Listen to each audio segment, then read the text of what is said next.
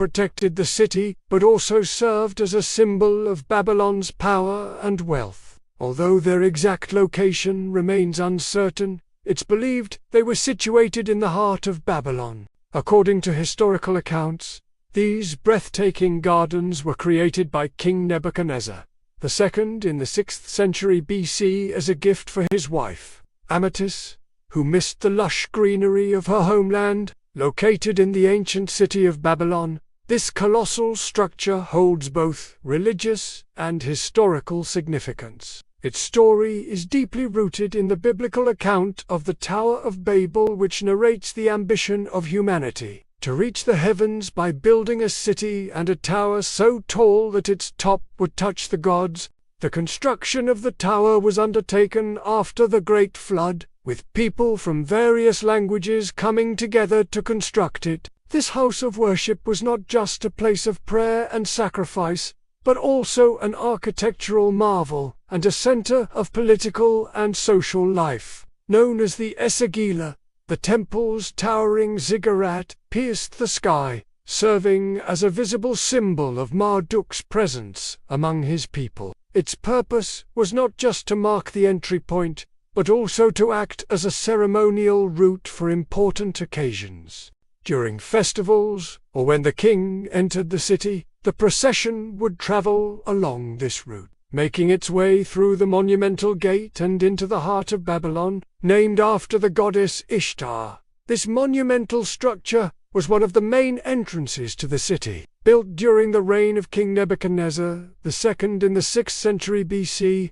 the gate was designed not just as a passageway, but as a symbol of Babylon's wealth and might. Its massive double-leaf doors were crafted from wood and overlaid with gold, creating an imposing and regal entrance to the capital. The gate's exterior was adorned with glazed bricks depicting various scenes, including lions, bulls, dragons, and other mythical creatures. These vivid images served as a way to communicate the strength and divinity associated with the goddess Ishtar. The Ishtar Gate was not only a symbol of Babylon's power, but also a celebration of its cultural achievements. The intricate design and craftsmanship displayed on the gate showcase the skill and creativity of the Babylonian artists. Sadly, the gate was heavily damaged over the centuries, with large sections destroyed and lost forever.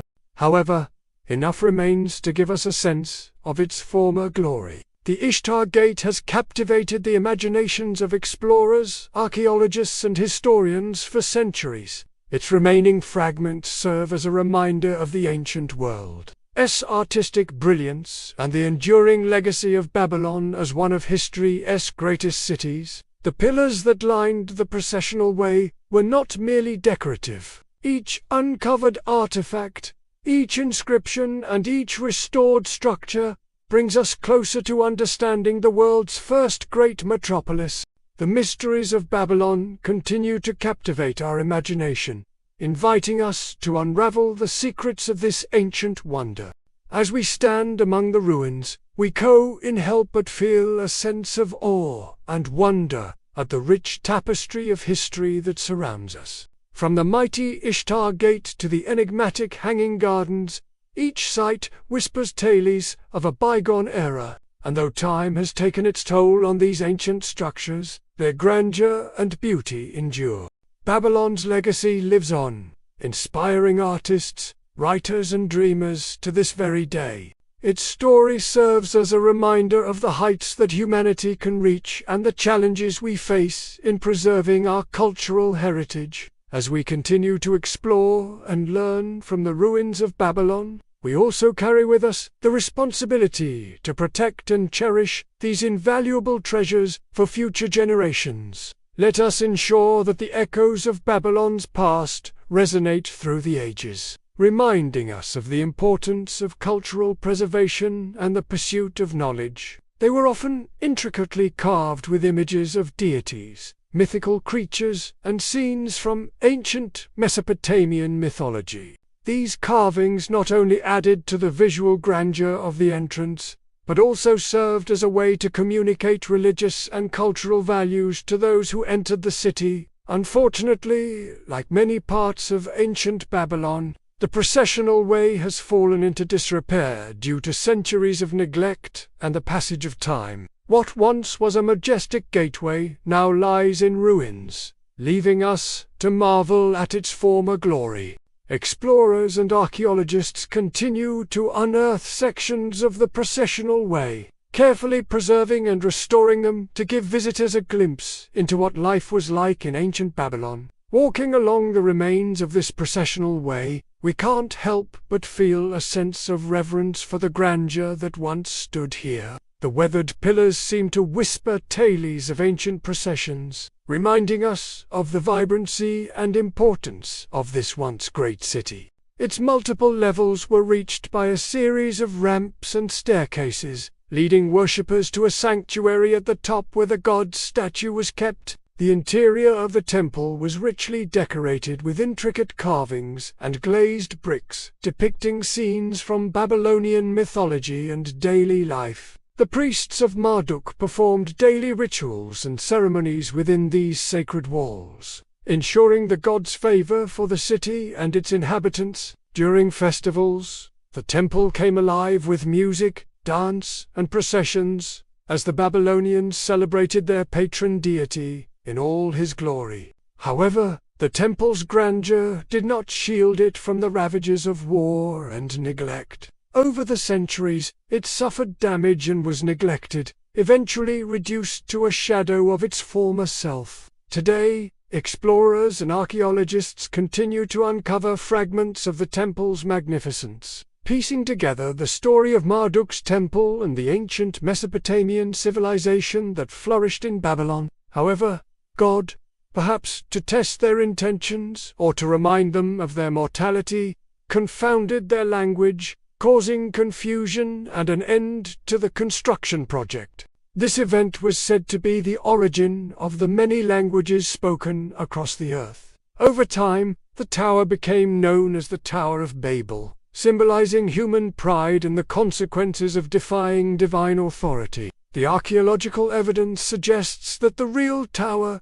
known as Etemenanke, was a stepped pyramid dedicated to the god Marduk. It was a sacred site for the Babylonians, evolving over the centuries with each new ruler, adding their own touch to its design and function. The tower was destroyed and rebuilt several times, with its final destruction occurring during the reign of the Persian king Cyrus the Great in the 6th century BC. Despite its ruined state, the Tower of Babel continues to fascinate historians, archaeologists and theologians, serving as a reminder of the ancient world's ambition and the enduring power of faith. To bring a piece of nature to her in the arid Mesopotamian landscape, the king's vision was nothing short of extraordinary. He commissioned the construction of tiered gardens, suspended from arches and supported by massive stone columns. Among the most notable structures within the palace complex is the throne room, where kings held court and dispensed justice. Archaeologists have uncovered remnants of exquisite wall paintings and glazed bricks adorning the throne room, depicting scenes of royal processions and victories in battle. These vibrant images offer a captivating insight into the artistic skill and storytelling traditions of ancient Babylon. The palace also housed a reception hall where diplomats and dignitaries were welcomed. The throne room's grandeur aimed to impress visitors and affirm the king's supreme authority.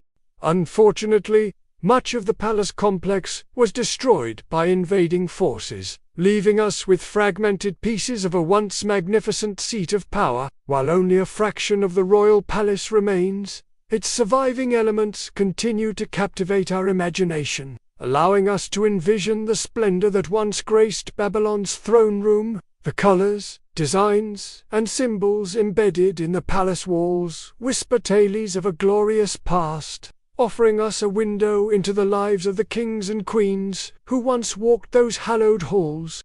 Lush vegetation, including rare plants and flowers, adorned the terraces, creating a mesmerizing display of cascading greenery. Water flowed through intricate channels, providing the necessary moisture for the gardens to thrive. The Hanging Gardens were not just a symbol of love, but also a marvel of engineering and an oasis in the desert. Measuring an impressive 30 feet thick at their base, these walls were constructed from sun-dried bricks and bitumen, a sticky black substance obtained from oil wells found in abundance in the region. The circular towers that adorned these walls, every 100 feet, allowed for a comprehensive view of the surrounding landscape. Scholars believe that the city's founder, King Hum, initiated the construction of these walls around 1800 BC, although they underwent significant expansion and renovation by subsequent rulers. One fascinating feature of Babylon's walls is the Ishtar Gate, intricately decorated with glazed bricks, depicting lions, dragons, and other mythical creatures. It stands as a portal to one of the ancient world's most opulent cities. As you walk along these ancient walls, you can't help but feel a sense of awe and wonder at the ingenuity and determination of the people who built them. The stones silently narrate tales of a glorious past, inviting us to imagine the bustling life that once thrived within Babylon's protective embrace. 6. Hanging Gardens. The Hanging Gardens of Babylon, one of the ancient world's most celebrated wonders, have captured the imagination of many. 5. The Great Watchman. The Tower of Babel. The Tower of Babel stands as a prominent landmark in the history of civilization. 4. The Royal Palace. The ruins of Babylon reveal glimpses of the opulence and power of its royal palaces. 3. Temple of Marduk. In the heart of ancient Babylon stood a temple dedicated to Marduk, the patron deity of the city. 2. Processional Way. The processional way in Babylon was an avenue lined with rows of pillars that served as a grand entrance to the city. 1. Ishtar Gate. The Ishtar Gate stands as a testament to the artistry and power of ancient Babylon. Exploring the ruins of Babylon allows us to connect with a past that few other places can match.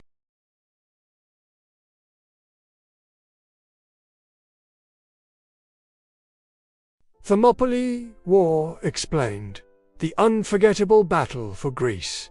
Hello everybody and welcome to my channel. Today we are going to talk about a war that has left an unforgettable mark in history, the Thermopylae War.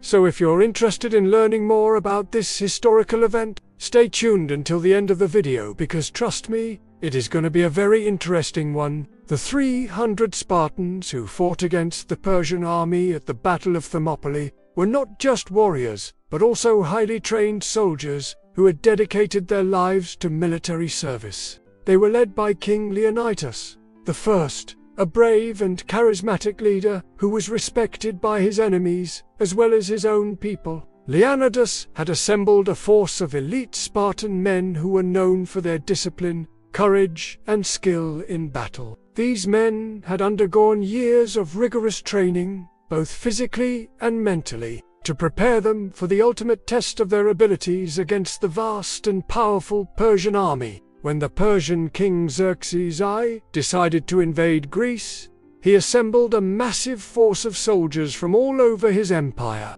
This army, which has become a thing of legend, is said to have numbered in the hundreds of thousands. The Persians were known for their use of superior numbers to overwhelm their opponents, as well as their advanced weaponry and battle tactics.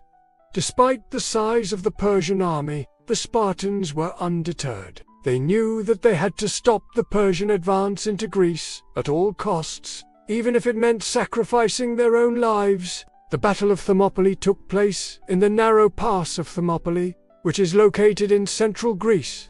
This narrow passageway was chosen by the Spartans as their battleground, because it allowed them to use their superior fighting skills and discipline to their advantage. By fighting in a confined space, the the Spartans could prevent the Persians from using their superior numbers to outmaneuver them. When the two armies met in battle, it was clear that the Spartans had the upper hand. Their disciplined and coordinated attacks were too much for the Persians to handle, and the Spartans were able to hold off the larger army for days. The fighting was fierce and bloody, with casualties on both sides. However, the Spartans were able to hold their ground and protect the northern entrance to the pass, preventing the Persians from advancing any further into Greece. One of the most famous moments of the battle occurred when King Leonidas and his 300 Spartan warriors faced off against the entire Persian army. According to legend, Leonidas challenged the Persians to a one-on-one combat, and those who accepted his challenge were killed by the Spartans. This display of bravery and skill further cemented the Spartans' reputation as legendary warriors. As the battle raged on, the Spartans continued to hold their ground despite being outnumbered and exhausted. However, they knew that they could not fight forever, and they needed to make a plan for their eventual withdrawal. After several days of fighting, the Spartans decided to make a final stand. They prepared for what would be their last battle, knowing that their sacrifice would buy time for the rest of the Greek forces to regroup and prepare to fight another day. In their final battle, the Spartans fought with even more ferocity than before. They knew that there was no hope of victory, but they were determined to go down in history as heroes. Their bravery and determination inspired the other Greek soldiers who were watching from afar, and the Spartans became known as the ultimate warriors, who sacrificed everything for their country. However, it wasn't only the Spartans who fought valiantly at Thermopylae. Other Greek warriors also played a significant role in the battle. For example, the Thespians were a small but brave group of warriors who joined the Spartans in their defense of Greece. Of the 700 Thespian men who volunteered to fight, only 192 returned home alive, but they had made a lasting impact on the course of the war. Despite the bravery of the Greek warriors, the Persians were ultimately victorious at the Battle of Thermopylae. The size and diversity of their army proved to be too much for the Spartans and other Greek forces to handle. However, the Spartans' valiant defense of Greece gave the other Greek city-states time to prepare for the Persian invasion, and without the delay caused by the Battle of Thermopylae, the Persians may have been able to conquer Greece more easily. In the aftermath of the battle, the Spartans and other Greeks who had fought at Thermopylae were celebrated as heroes. Their bravery and sacrifice had become a symbol of resistance against tyranny and oppression. In the centuries that followed, their story inspired many other warriors and freedom fighters around the world. So now we understand why the battle was so important. It was a turning point in history. But did you know that there is a place where you can actually visit and see the remnants of the ancient walls that protected the city? That's right. There is a place called the Sacred Band of Thebes. These remains of ancient walls are located in the town of Thebes in central Greece, and they are the only remaining structure from the ancient city that was destroyed by the Persians. According to legend, the Sacred Band of Thebes was built in the 7th century BC by the Theban hero. The band was originally used to protect the city of Thebes from outside invaders, but it later took on a more sacred meaning. It became a symbol of the city's identity and power. After the Persian invasion of Greece in the 5th century BC, the Sacred Band of Thebes became a memorial to the 480 Spartan warriors who died defending the pass of Thermopylae. The Spartans had been part of a larger Greek force that was assembled to stop the Persian king Xerxes I from invading Greece. Although the Persians ultimately won the battle, the Spartans' bravery and selflessness became a thing of legend. To honor the fallen warriors, the Thebans built a series of tombs and monuments along the Sacred Band. These structures were designed to commemorate the bravery of the Spartans and remind future generations of their sacrifice. the sacred band of Thebes has remained an important site in Greek history ever since. In the Middle Ages, it became a pilgrimage site for Christians who came to pay their respects to the fallen Spartan warriors. During the Ottoman Empire, the site was neglected, but it was rediscovered during the Greek War of Independence in the early 19th century. Today, the sacred band of Thebes is a popular tourist destination and a reminder of the ancient world, its greatest heroes. Visitors to the site can explore the remains of the ancient walls and learn about the Spartans' last stand at Thermopylae. You might think that the Battle of Thermopylae was a huge defeat for the Greeks, and in some ways it was. But it was really a strategic victory, because it gave the rest of the Greek city-states time to prepare for the coming war. If the Persians had taken over immediately after the Battle of Thermopylae, they probably would have been able to conquer all of Greece. But instead, the Spartans bought time for the Greeks, which ended up being one of the major factors that helped them win the war. So while the Spartans didn't come out on top at Thermopylae, they did play a vital role in helping the Greeks win the war against the Persians.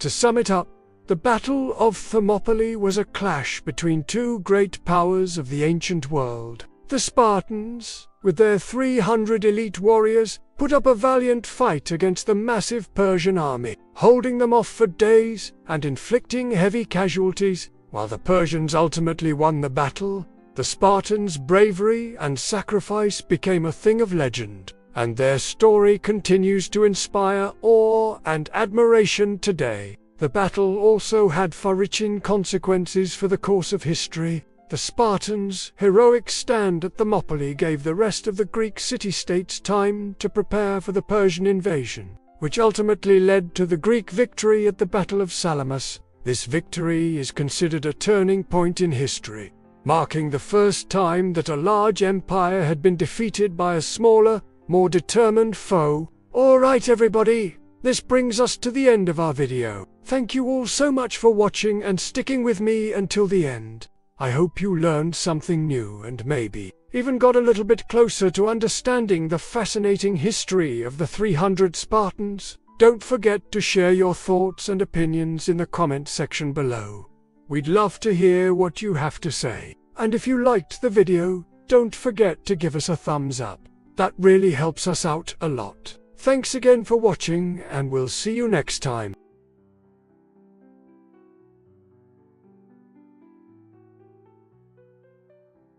History is full of figures that have been elevated to legendary status. People like Genghis Khan, Napoleon, Julius Caesar, Alexander the Great, and yes, even Elvis.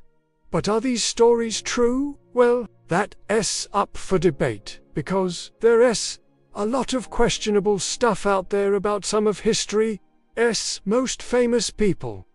It's me.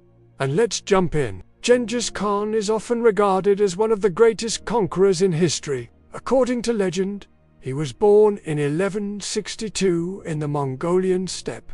As a young man, he united many of the tribes of the Mongolian steppe under his banner and went on to found the largest contiguous land empire in history. He was responsible for the deaths of an estimated 40 million people, but did any of this really happen? Well, there is some evidence to suggest that it might have been a bit of a combination. Most historians agree that the Mongols did unite under a guy named Temujin, who later took the title of Genghis Khan, which means ocean-going conqueror. But there is very little evidence that he was actually born in 1160-something, or that he was even called Genghis. In fact, the name Genghis Khan was unused during his lifetime, and the earliest record we have of the name comes from a Chinese text written almost 300 years after he died. This has led some historians to question whether or not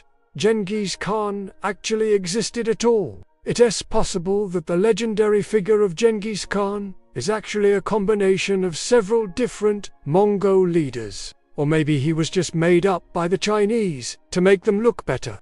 We know that the Mongols were a powerful force in the 13th century, and they did conquer a huge chunk of Asia and Eastern Europe. but it's possible that we've been misinformed about who was really in charge. And speaking of legendary conquerors, what about Alexander the Great? Alexander III of Macedon, better known as Alexander the Great, is considered one of the most successful military commanders in history. He conquered the Persian Empire and extended his empire as far east as India. He was known for his military genius and his ability to inspire his troops to great feats of bravery. However, recent research has cast some doubt on these accounts. Alexander the Great died in 323 BC, and one of his generals, Ptolemy I, became the ruler of Egypt. Shortly after Alexander's death, Ptolemy commissioned a number of historians to write accounts of Alexander's life. These histories were highly idealized and portrayed Alexander as a godlike figure, so it's no surprise that modern historians are a bit skeptical of them. In recent years, researchers have uncovered a number of new historical sources that provide a more realistic portrait of Alexander the Great. These sources are much closer to the time period in which Alexander lived, and they offer a more balanced view of his character and accomplishments. They paint a picture of a brilliant but ruthless military commander who was sometimes reckless and irresponsible. One of the most shocking revelations about Alexander the Great is that he may not have even been Greek. You see, back in the day, the Greeks didn't really have a concept of race the way we do today. But when Alexander conquered the Persian Empire, he did take on many Persian wives, and some historians believe that one of these women may have actually been Alexander's mother. If this is true, then Alexander would have had Persian blood, which would have made him even more unpopular with the Greeks. Another surprising fact about Alexander the Great is that he was actually shorter than average for a Macedonian man. According to a recent study, he was only about 5 feet tall. That's about half an inch shorter than the average American male today. Alexander's supposed height has been a source of much debate and speculation throughout history. Some historians have claimed that he was actually 6 feet tall, while others have argued that he was closer to 4 feet 11. The truth is that we don't really know how tall Alexander was, but it is safe to say that he was the towering figure that many people believe him to be. So Alexander the Great may not have been Greek, and he may not have been as tall as everyone thinks he was. But was he really as invincible as they say? Well, maybe not. According to legend, Napoleon Bonaparte was born in 1769 on the island of Corsica. He rose to prominence during the French Revolution and eventually became Emperor of France. He waged war against much of Europe, but was eventually defeated and exiled to the island of St. Helena in the Atlantic Ocean, where he died in 1821. However, recent research has challenged some of these well-established facts about Napoleon's life. Napoleon's birth year is known as 1769. But in 2016, a group of French historians came forward with new evidence suggesting that he was actually born in 1768. They based their claim on a number of factors, including a discrepancy in the records of Napoleon's baptism. There are also some doubts about the location of Napoleon's birthplace. According to tradition, he was born in the city of Aix, but some historians believe that he may have actually been born in the nearby village of Biserta. There is even some debate over whether or not Napoleon was really born on the island of Corsica at all. You see, Corsica was a part of the Republic of Pisa at the time of Napoleon's birth, but it was also claimed by the Kingdom of Sardinia. Some historians argue that Napoleon's birthplace is actually in modern-day Italy. Of course, the most famous myth about Napoleon is that he was short. It's a common misconception that Napoleon was only about 5 feet 2 inches tall, which would have made him shorter than average, even for the time period. However, recent research has shown that this is not true. Napoleon was actually closer to 5 feet 6 inches tall, which would have been above average for the time period. The myth likely originated from a mismeasurement during the autopsy performed on Napoleon's body after his death. So Napoleon wasn't short, but he wasn't exactly a giant either, and he probably was even born in the year 1769. But if none of these claims can be substantiated, then what can we say for certain about Napoleon? Well, we do know that he was a brilliant military commander and one of the most important figures in European history. But what about some more modern legends? Marilyn Monroe is often regarded as the most famous sex symbol of the 20th century. She was known for her curvaceous figure, her breathy voice, and her comedic timing. But was she really the dumb blonde bombshell that the media portrayed her to be? Well, it turns out that Marilyn Monroe was actually a lot more than just a pretty face. She was a talented actress and comedian who was also very intelligent. In fact, she was a voracious reader and she was fluent in multiple languages. She was also very interested in politics and current events. And she was a major supporter of the civil rights movement. But perhaps the most surprising thing about Marilyn Monroe is that she was not actually born Marilyn Monroe at all. Her birth name was Norma Jean Mortensen, and she changed her name when she began acting. She also had a number of different aliases that she used throughout her life, including Norma Jean Baker, Norma Jean Doherty, Miller, and Mona. James Monroe was the 7th President of the United States, but before he entered politics, he served in the military. In fact, he was one of the founding members of the United States Marine Corps. He was also the first president to live in the White House. But did you know that James Monroe was actually a spy? During the Revolutionary War, Monroe served as an aide to General George Washington. But when Washington was forced to flee New York City in 1776, Monroe was captured by the British and imprisoned. While he was in prison, Monroe was visited by a British intelligence officer who offered him a deal. If Monroe agreed to spy on the Continental Army for the British, he would be released from prison. Monroe accepted the offer, and he spied on the Americans until 1779, when he was caught and sentenced to death. However, his sentence was commuted to life imprisonment, and he was eventually released in 1783.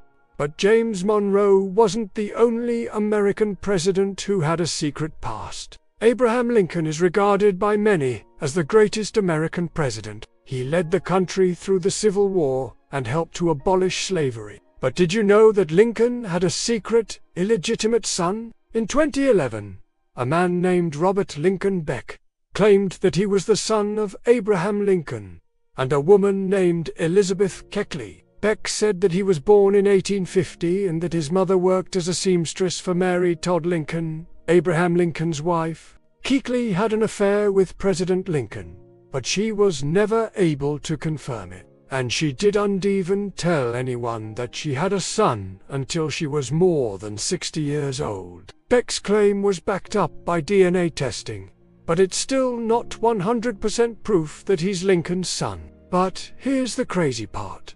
Abraham Lincoln probably knew that Robert Beck was his son, and he even helped to support him financially for a time. However, he never publicly acknowledged Beck as his son, and he refused to allow him to use the Lincoln name. What about more modern times? Elvis Presley is often referred to as the king of rock and roll.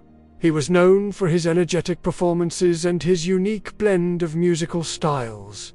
But what was the real Elvis like? Well, it turns out that he was a lot different from the onstage persona that he cultivated. For example, Elvis was actually very shy offstage, and he was known for being extremely polite and respectful to elders. He was also a devout Christian and a lifelong member of the Church of Christ. Elvis was also a big fan of horror movies, and he collected a number of creepy souvenirs, including a shrunken human head. But perhaps the most shocking fact about Elvis is that he was actually inducted into the military, even though he had managed to avoid the draft several times. In 1954, Elvis was drafted into the U.S. Army, and he served 2 years in Germany. It was during his time in the military that he met Priscilla Ballou, who would later become his wife. Elvis's time in the military was controversial, to say the least. Many people believed that he was using his fame to get out of serving in Korea, and they were not happy about it. But Elvis actually did serve in Korea, even though it was not officially recognized at the time. When he returned home, he was a hero to many, and he used his fame to help promote the military. So what about more recent times? John F. Kennedy is a legendary figure in American history. He was the youngest person ever elected President of the United States, and he was also the first Roman Catholic president. He was assassinated in 1963, and his death is one of the most controversial events in American history. But did any of it really happen? Well, according to a new theory, John F. Kennedy was actually killed by the CIA. The theory is based on the fact that JFK was considering the removal of some of the top CIA officials following the failed Bay of Pigs invasion. This move would have effectively neutered the organization, and CIA Director Allen Dulles was not happy about it. So he and a few other high-ranking officials hatched a plan to assassinate the president. The problem was that they couldn't agree on how to pull it off. Some wanted to use a sniper, but others thought that it would be better to bomb the president's plane. In the end, they decided to go with the plane bombing option, but it didn't work out the way they planned. The plane was indeed bombed, but JFK survived the attack. However, he was killed a few months later in Dallas, Texas, by a sniper. So what do you think? Are any of these legends just myths? Let me know in the comments below.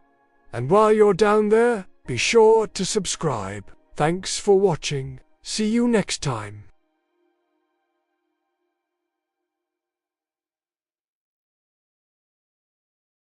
For 10 long years, the greatest heroes of Greece and Troy faced each other beneath the impenetrable city walls. This conflict was not about power or resources, but about honor and one woman, a woman whose beauty launched 1,000 ships. Welcome back to Rechia Production. Today, we delve into the ancient epic that forms the foundation of Western civilization, the Trojan War, the tale immortalized by the legendary blind poet Homer in the Iliad. In the next 10 minutes, we will uncover how did a divine beauty competition ignite the war? Who was mightier, Achilles or Hector? And how did the cunning of one hero, Odysseus, finally end this protracted conflict? Get ready to board the Achaean ships toward the walls of Troy. The Trojan War, though triggered by mortals, was rooted in a dispute among the gods. The story begins at the wedding of King Peleus and the sea goddess Thetis, Achilles' parents. All gods were invited, except one, Eris, the goddess of discord. Eris, furious at being excluded, tossed a golden apple into the feast, inscribed with, "For the fairest." 3 of the most powerful goddesses immediately claimed it: Hera, queen of the gods; Athena, goddess of wisdom and war; and Aphrodite, goddess of love and beauty. They asked Paris, prince of Troy, who was then a shepherd, to be the judge. The 3 goddesses offered him incredible bribes. Hera, political power to make Paris the mightiest king on earth. Athena, military skill to make him an unconquerable general. Aphrodite, the love of the most beautiful woman in the world. Paris chose Aphrodite, his prize.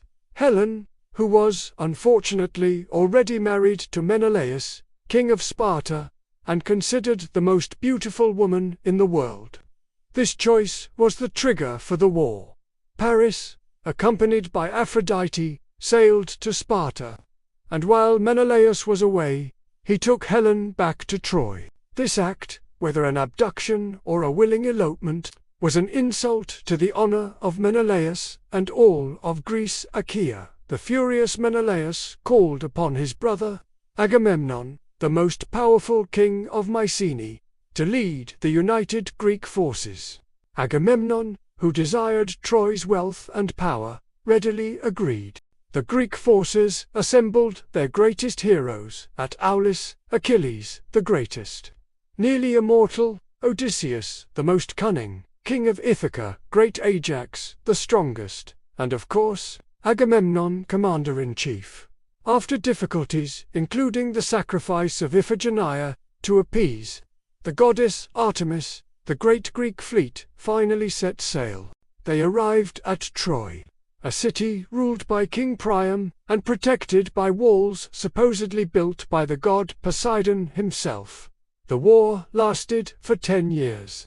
Most of the conflict was a prolonged siege, interspersed with raids, village looting, and, of course, epic duels. Who do you think was the most honorable hero in this conflict? A. Achilles, the hero motivated by glory. B. Hector, the ethical defender of Troy. C. Odysseus, the cunning one who always has a plan. Vote in the comments. Your choice says a lot about what you value: strength, honor, or intelligence. For 9 years, the Greeks could not breach the walls of Troy. The story told by Homer in the Iliad actually only covers a few critical weeks in the 10th year.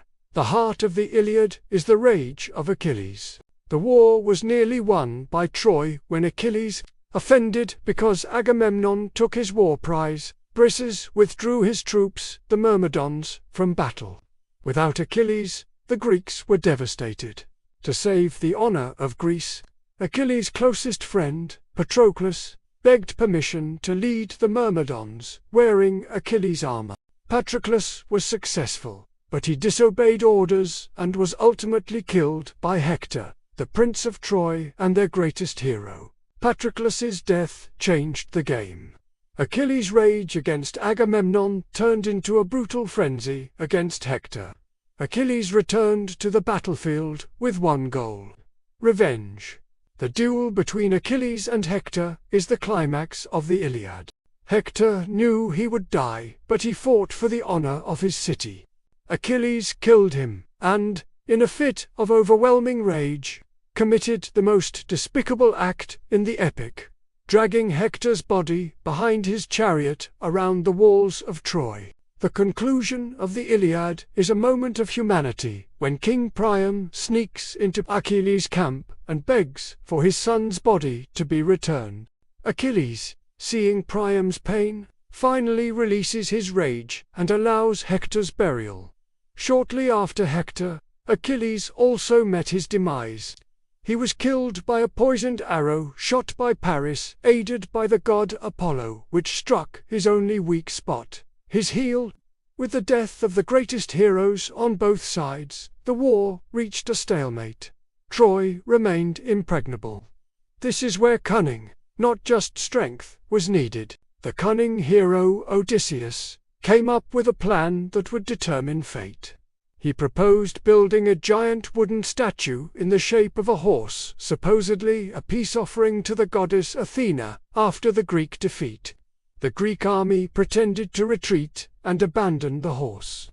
The Trojans, despite warnings from Cassandra and the priest Laocoon, dragged the horse inside the walls as a trophy of victory. They celebrated the end of the war. That night, as Troy slept soundly, Odysseus and the elite Greek soldiers climbed out of the horse's belly.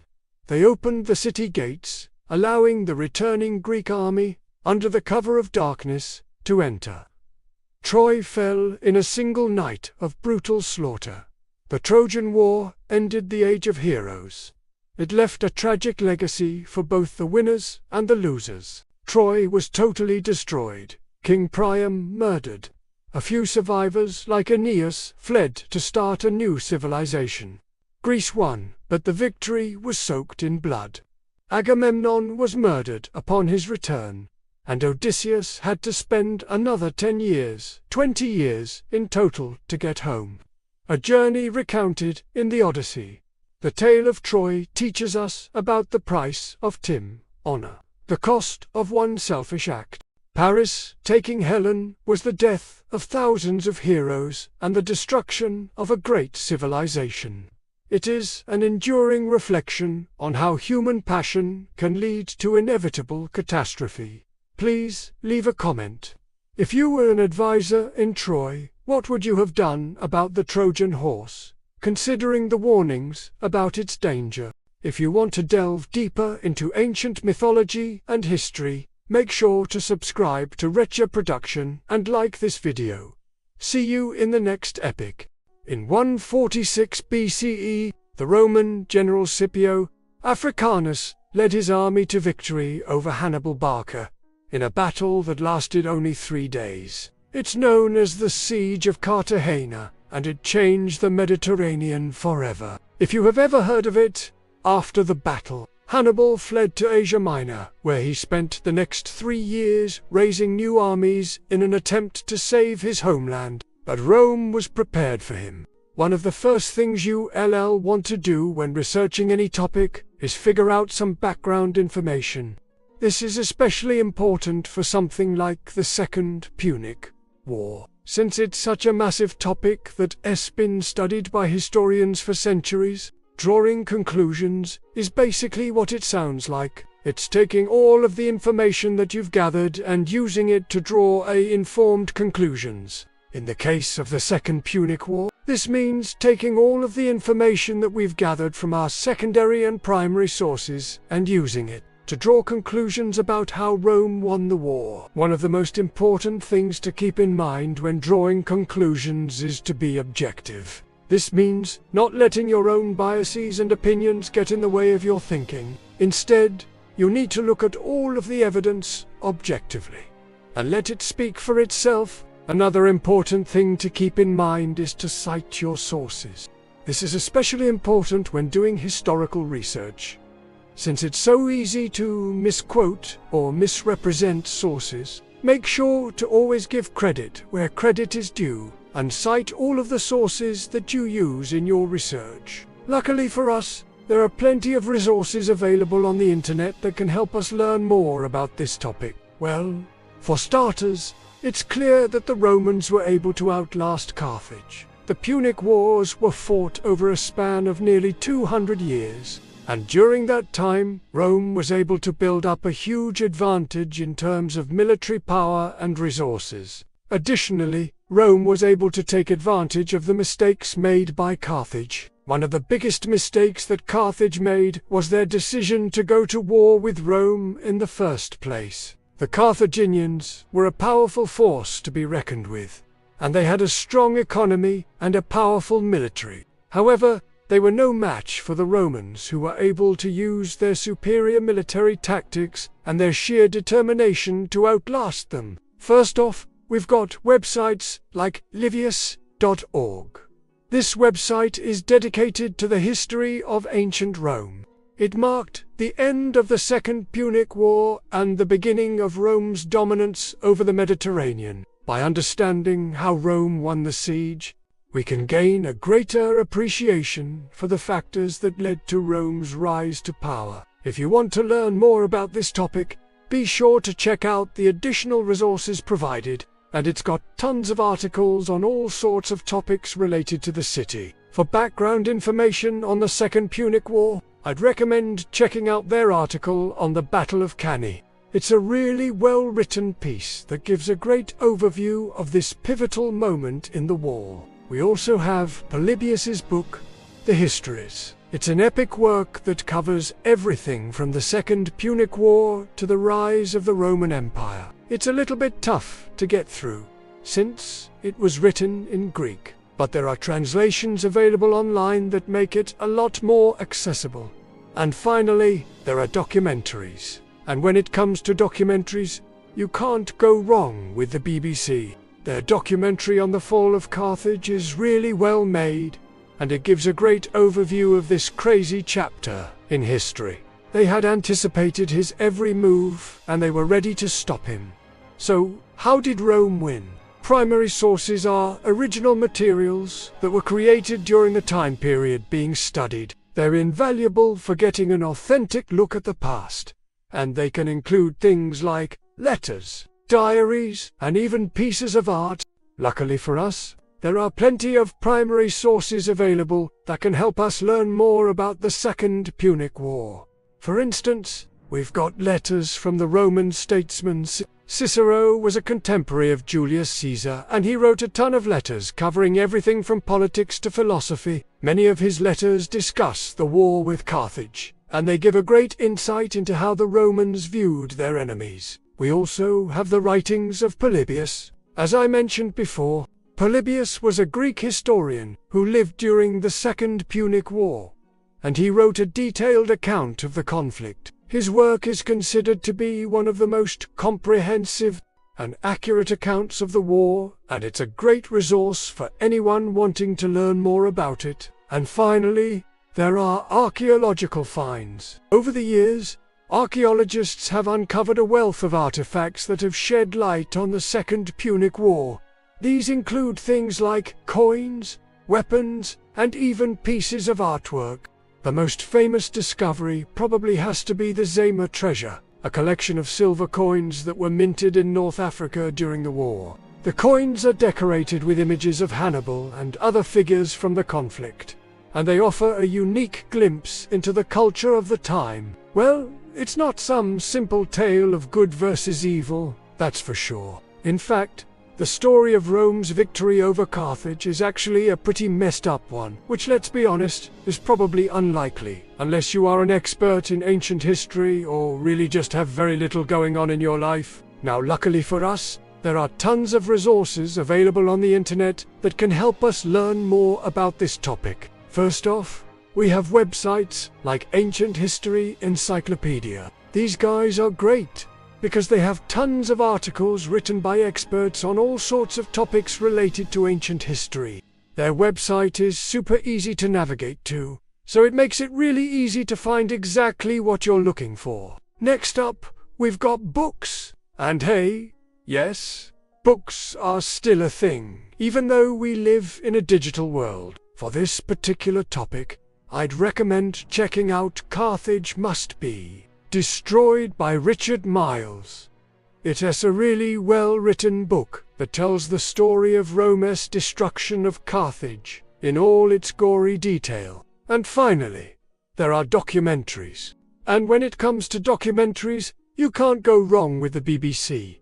Their documentary on the fall of Carthage is really well made, and it gives a great overview of this crazy chapter in history. You may have also heard that it was one of the largest sieges in ancient history, a struggle between Rome and Carthage for dominance over the Mediterranean. But if I were to tell you that this war was actually decided by a single battle that lasted only 3 days, you would probably call me a liar. And hey, I don't blame you, because that's exactly what I thought when I first learned about it too. It just seems crazy to think that a war that lasted for 13 years could have been decided so quickly. But trust me, it's true. Hannibal's defeat at Zama marked the end of the Second Punic War and the beginning of Rome's dominance over the Mediterranean. To understand how this happened, we first need to evaluate our reference sources and make sure they're credible and relevant. Now that we've got our sources lined up, let's dive into the topic at hand. So now that we've got some background information under our belts, let's move on to evaluating primary sources. Now that we've evaluated our primary sources, it's time to move on to the next step in the research process, drawing conclusions. So what conclusions can we draw about how Rome won the Second Punic War? Overall, the Siege of Carthage was a turning point in ancient history.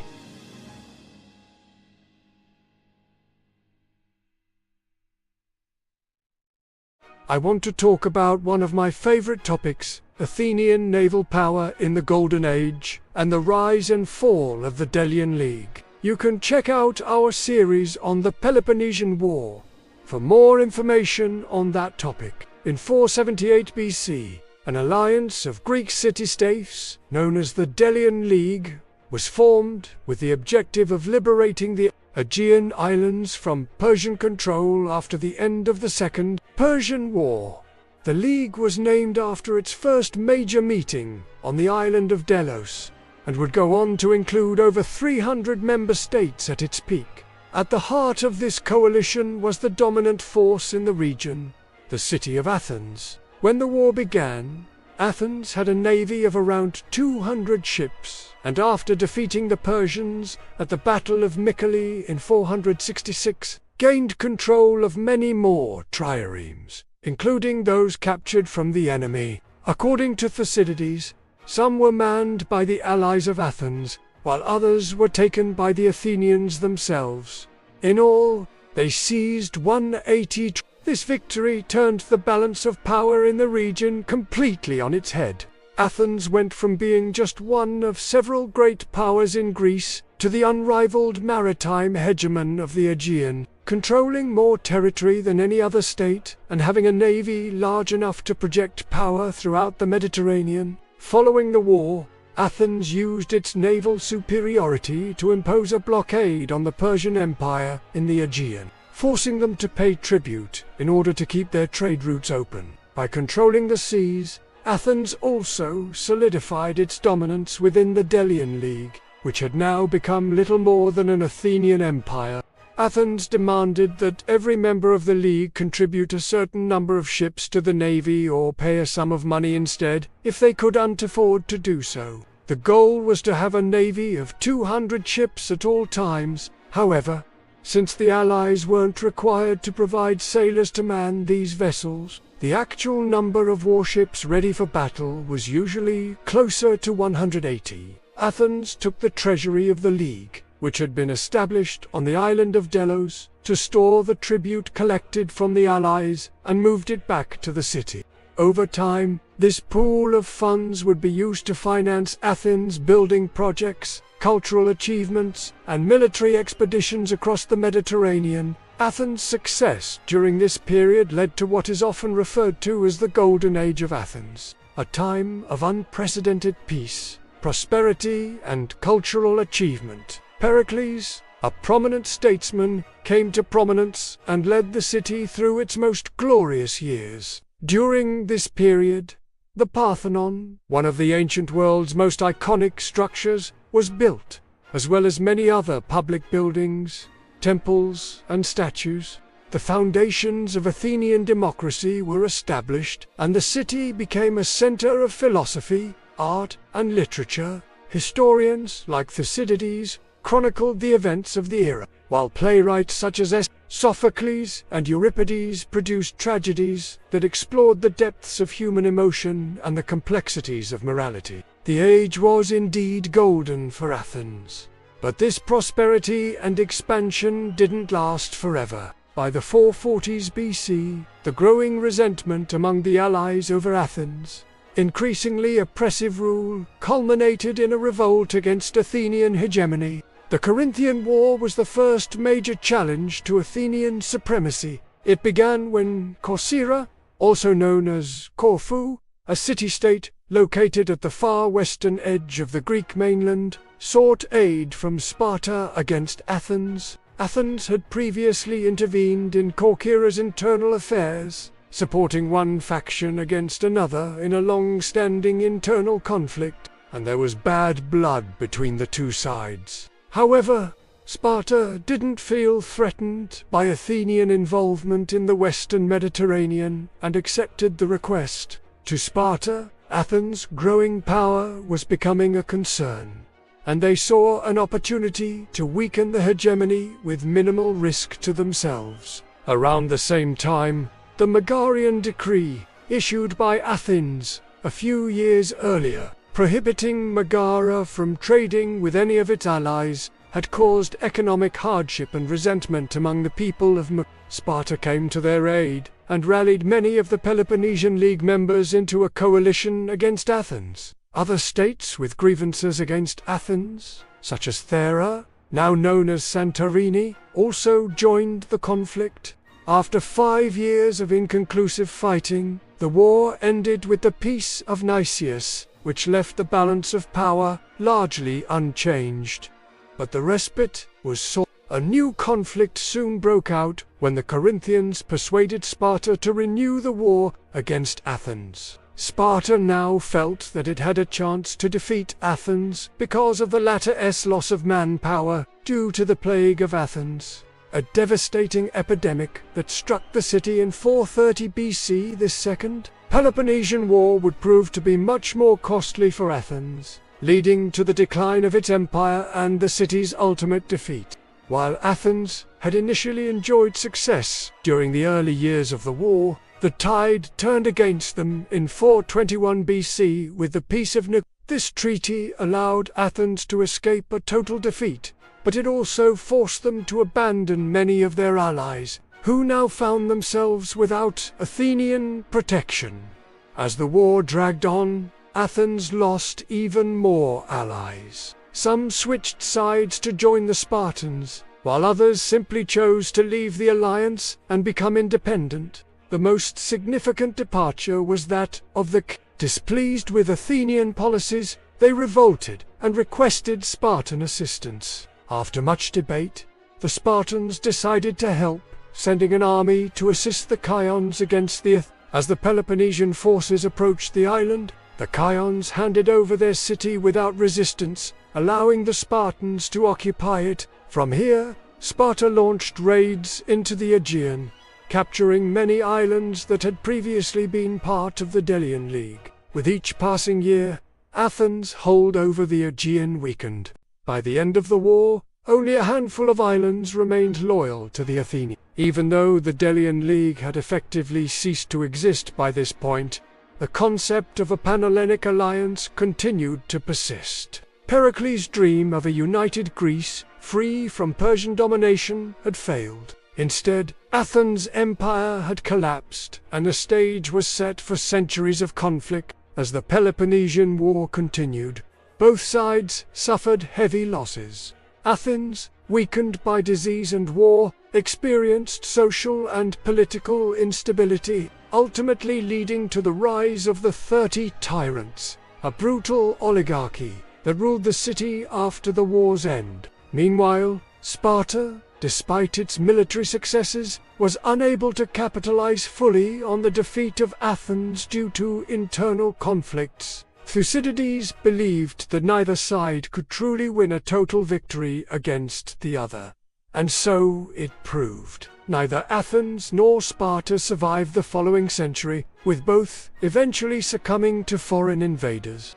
But before their collapse, both states would fight many more wars against each other and their respective former allies. Eventually, the Delian League evolved into something very different than its founders had envisioned. While Athens did succeed in expelling the Persians from the Aegean and Western Asia Minor, as Pericles intended, it exploited its naval supremacy to dominate its allies, rather than liberate them. Athens' actions were primarily motivated by it extracted massive amounts of money from its allies, forbade them from making war with each other, and enforced strict economic policies to prevent any of them from becoming too powerful. For example, when Melos refused to join the Delian League and paid tribute, Athens invaded and subjugated the island. The Melians subsequently sent an embassy to Athens to negotiate terms for their city's surrender, but when their pleas for mercy fell on deaf ears,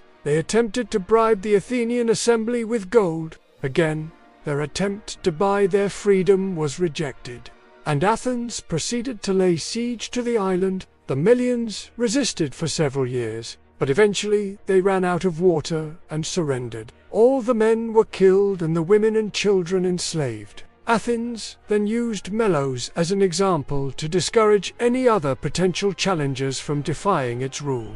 As historian Donald Kagan wrote, the Delian League was one of the earliest examples of a truly aggressive foreign policy based primarily on the acquisition of empire and wealth. The Delian League wasn't an altruistic project. Athens didn't seek to liberate other city-states from Persian rule, because it genuinely cared about their freedom. Rather, it wanted to expand its own power and wealth. Athens hoped that by imposing a stable and secure peace throughout the Aegean, it could protect its own security and encourage trade and commerce throughout the region. In doing so, Athens would prosper economically and become the dominant naval power in the Mediterranean. Athens never concealed its imperial ambitions. Its leaders openly declared that the League had been formed to dominate the sea and extract tribute from its enemies. Pericles, arguably the greatest statesman in Athenian history, epitomized this pragmatic and self-interested approach to politics. He famously told the Athenians that it was perfectly acceptable to deceive their allies, but not their people. Athens carefully cultivated an image of virtue and justice to maintain popular support at home, yet it exploited its allies abroad. It was willing to go to great lengths to advance its national interests and ensure its position as the preeminent power in the region. So what can we learn from the rise and fall of the Delian League? The answer is probably simple: nothing.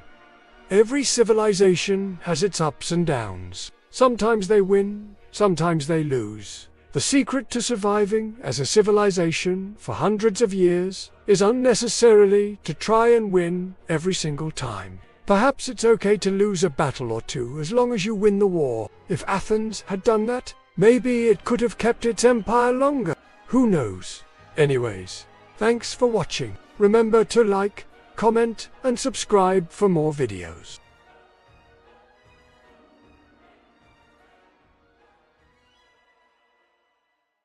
Imagine a time 3,000 years ago. The wealthiest and wisest king in the world, King Solomon or Nabi Suleiman, sits on his throne in Jerusalem. His wealth is legendary gold, silver, sandalwood, and spices beyond measure. But for centuries, a question has haunted historians. Where did it all come from? Ancient texts point to a mysterious land called Ophir. For generations, seekers looked in Africa, India, and Arabia. But a tiny archaeological discovery in the ruins of Turkey, Syria, changed the game. Inside a jar, buried in 1700 BC, centuries before Solomon's reign, scientists found cloves. Why is this a global shocker? Because, in the ancient world, the clove tree, Syzygium aromaticum, only grew in one place on the entire planet, the Maluku Islands of Indonesia. If cloves reached the Middle East thousands of years before the Common Era, is it possible that King Solomon's golden paradise was actually in Nusantara? Today, we go on a journey across time to deconstruct the most controversial theory in Indonesian history. In the Book of 1 Kings, it is recorded that Solomon built a fleet of large ships in Ezion-Geber. These ships traveled to Ophir and returned with 420 talents of gold. There is a technical detail often overlooked.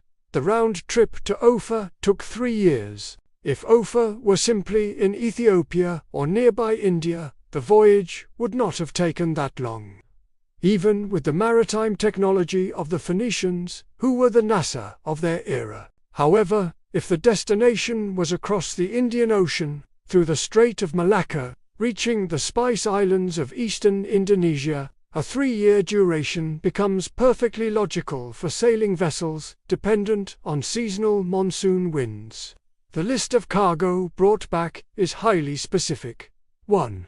Gold. Indonesia has a deep history of ancient gold mining. Sumatra was historically called Suvarnadvipa, or the Island of Gold. 2. Sandalwood, a commodity native to the islands of Timor and Sumba. 3. Apes and peacocks, flora and fauna that are abundant in the tropical jungles of Southeast Asia. Let's pause. Look at the facts. Gold, sandalwood, and a 3-year voyage. Which sounds more like the source of riches to you? Africa, India, or Indonesia? Type your choice in the comments right now. Let's talk science. Cloves are the smoking gun of this theory. In the ancient world, cloves weren't just a kitchen spice. They were a high-value medical and ritual commodity, often worth more than gold. Until the 18th century, clove trees were botanically endemic. This means they did not grow anywhere else except on 5 tiny volcanic islands in the Moluccas: Ternate, Tidore, Motir, Makian, and Bacan. Archaeologist Giorgio Bucciolotti discovered charred cloves in a modest home in Turkey, on the banks of the Euphrates. Carbon dating placed them at 1700 BC. This proves that a global trade network connected Indonesia to the Middle East nearly 4,000 years ago. If Maluku spices had already reached Syria by 1700 BC, then by Solomon's Golden Age, around 950 BC, this trade route would have been a well-oiled machine. This sparks the ultimate speculation. Did King Solomon have a direct diplomatic line with a kingdom in Nusantara to secure his supply of gold and spices? We cannot discuss this topic without addressing the most famous local theory, popularized by the late K. H. Fahmy Basia. He used a mix of linguistic and mathematical analysis to claim that Solomon's kingdom was centered in central Java. The theory points out several curious coincidences. Saba, linked to Wonosobo, the forest of Saba. Sleman, linked to Solomon or Ratu Boko, linked to the palace of the Queen of Sheba Balkis. The ruins of a palace atop a hill near Prambanan are claimed to be the remnants of the palace moved by Solomon's jinn in a single blink of an eye. Fahmy Basia argued that Borobudur Temple is actually a remnant of the structures built by Solomon's army of jinn. He referenced the Quranic verse about jinn building lofty palaces, statues, and basins as large as reservoirs. Of course, mainstream archaeologists reject this. Historically, Borobudur was built by the Shailendra dynasty in the 8th century, a gap of 1,800 years from Solomon's time. However, proponents believe Borobudur was a renovation or a reconstruction on a much older, sacred site. In Western tradition, the Queen of Sheba is from Ethiopia or Yemen. But if Ophir is in Indonesia, could the queen have been a ruler from Nusantara? Some researchers point to the description of the land of Sheba as a lush, fertile paradise. The Quran describes Saba as Baldatun Tayyibatan wa Rabban Ghafura, land most good and fair. There is speculation that Saba wasn't just a city, but a maritime federation in Nusantara. If the queen brought spices in great abundance to Solomon, no other place on earth at that time had the reserves that the Moluccas and Western Indonesia possessed. We must be critical, though. Archaeologically, the Sabaean kingdom in Yemen with the Great Dam of Mrib is well documented and fits the timeline. Is it possible there were two Sabas, or was the Saba in Nusantara a colony of the one in Yemen? We are entering a very grey area of history here. We have seen real botanical evidence of cloves, the mystery of the 3-year voyage, and controversial claims about physical footprints in Java. Is this all a series of coincidences? Or is the history we learned in school incomplete? We will dive even deeper. Where exactly was the golden port of Ophir in Sumatra? We will look at ancient DNA analysis and how remnants of sandalwood from Nusantara were found in the tombs of Egyptian pharaohs. And most importantly, what does modern science say about a possible genetic link between the Middle East and Nusantara in ancient times? I want to know, on a scale of 1 to 10, how convinced are you that there was a direct link between King Solomon and Indonesia? To find the next clue, we have to travel even further back in time and go deep inside the mummification chambers of ancient Egypt. Why did the pharaohs of the 19th dynasty, like Ramses the Great, smell like the rainforests of Sumatra? And how did a specific resin from an Indonesian tree end up in the nostrils of a god king 3,000 miles away? The camphor connection, Barus, and the pharaohs. In 1976, the mummified remains of Ramses II were flown to Paris for preservation. Among the many discoveries made by French scientists was a chemical signature that baffled historians: camp, the biology of the Barus tree. In the ancient world, there were many resins, but only one true camphor, known as Kappa barus. It comes from the Dryobalanops aromatica tree. This tree is incredibly picky. It only grows in the northern parts of Sumatra, specifically around a port called Barus. Why does this matter?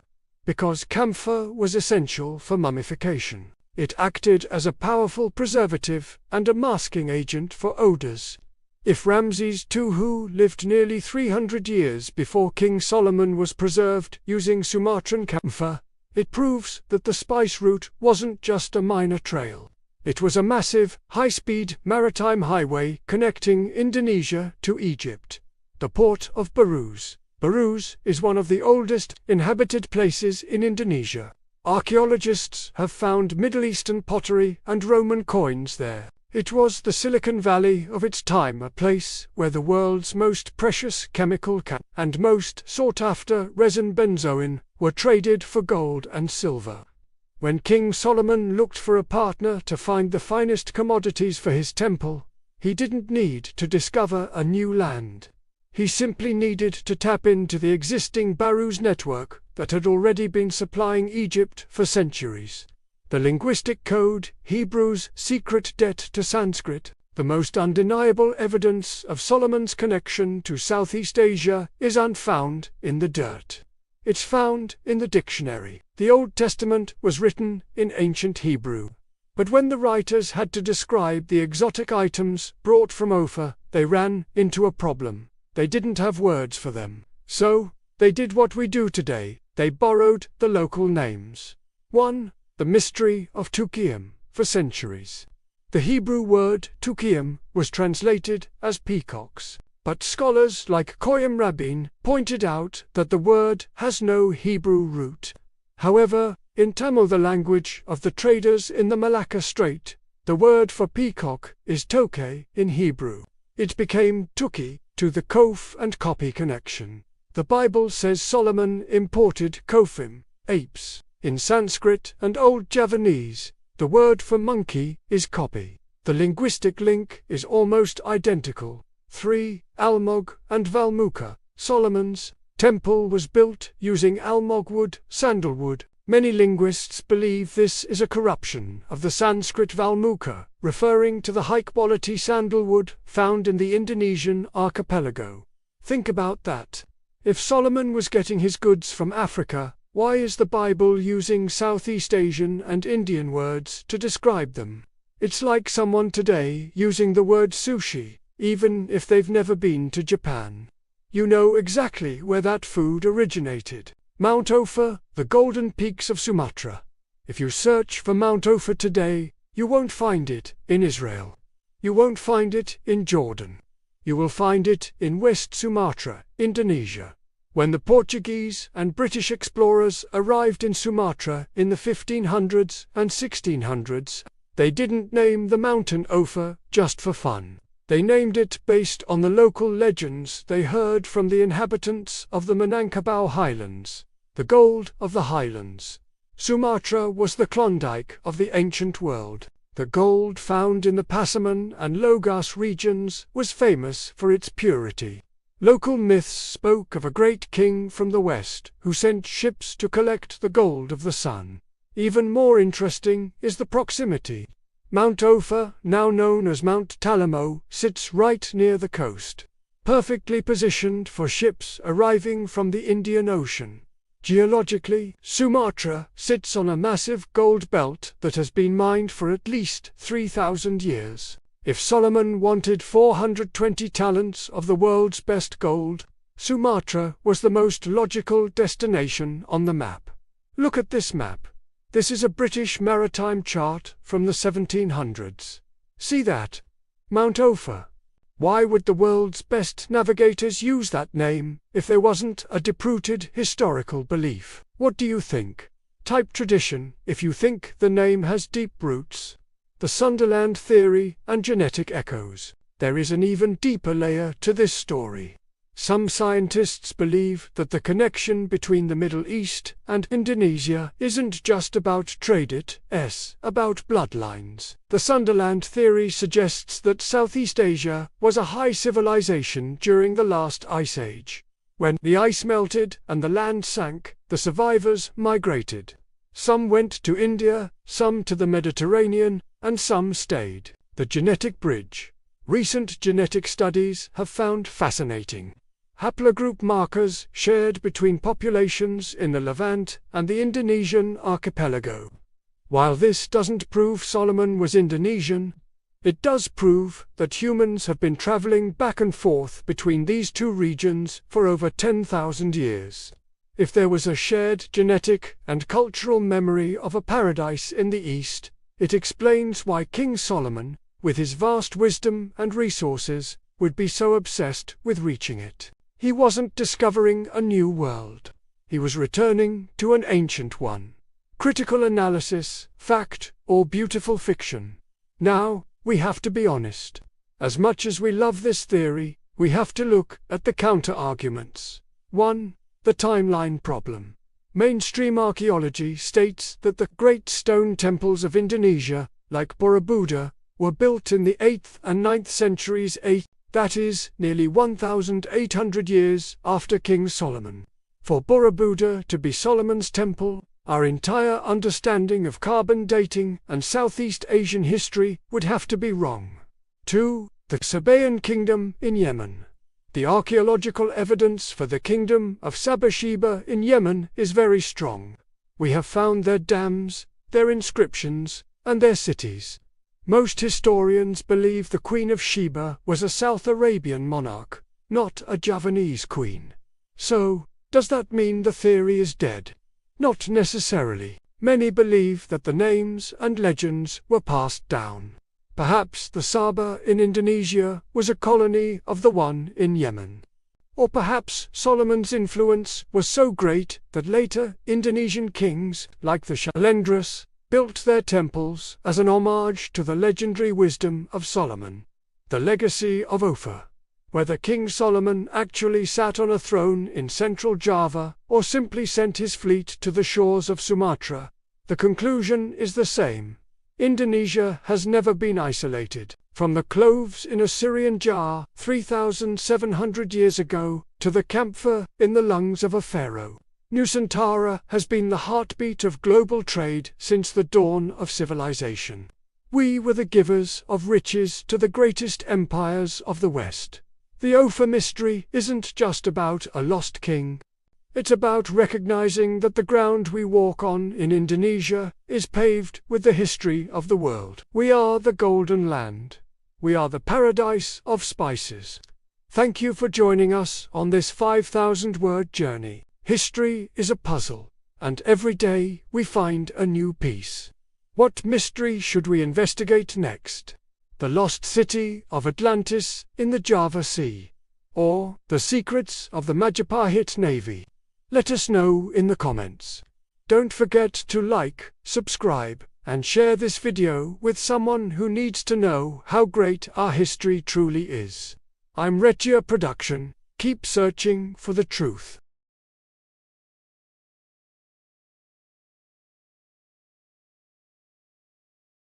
After spending 10 years fighting in Troy, one hero thought his troubles were over. He was Odysseus, the cunning king of Ithaca, the architect behind the Trojan horse. But he was deeply mistaken. That victory was only the beginning of a much longer nightmare. By the will of Zeus, we'll get home.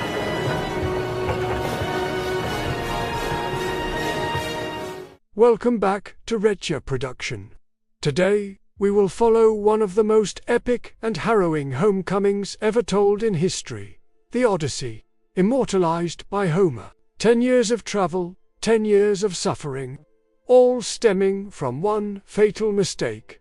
In the next 10 minutes, we will uncover: why did the god of the sea Poseidon curse Odysseus? How did he use his intelligence to survive monsters and magic? And most dramatically, how did he finally cleanse his palace that had been taken over by trespassers? Let's sail through Greek mythology. The journey of Odysseus, the Odyssey, begins immediately after the fall of Troy. Initially, the journey home seemed easy. But he soon made 2 mistakes that sealed his fate. 1. Ismaros city of the Chacones. Odysseus and his men attacked the city of Ismaros and plundered it. However, they lingered too long celebrating, giving the locals a chance to counterattack. This was the first sign of his crew's greedy and undisciplined nature. 2. Cyprus and the Cyclops. A divine storm pushed them to the island of the Cyclopes, one-eyed giants who did not respect the laws of Zeus' hospitality. In the cave of the Cyclops, Polyphemus, Odysseus lost several men. To escape, he demonstrated his legendary cunning. He intoxicated Polyphemus and blinded his single eye with a heated stake.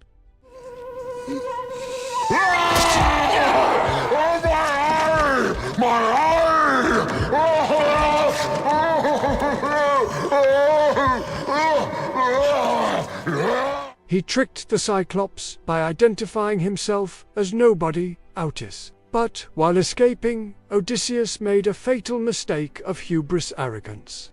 He shouted back to the shore, revealing his true name to Polyphemus. Poseidon! I am alive! Odysseus is alive! And you cannot stop me!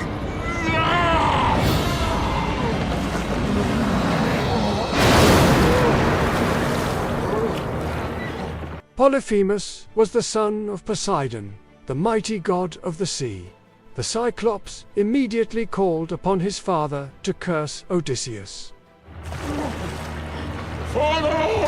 Avenge me! Father! From that moment on, Odysseus's journey home, which should have been brief, was cursed by Poseidon.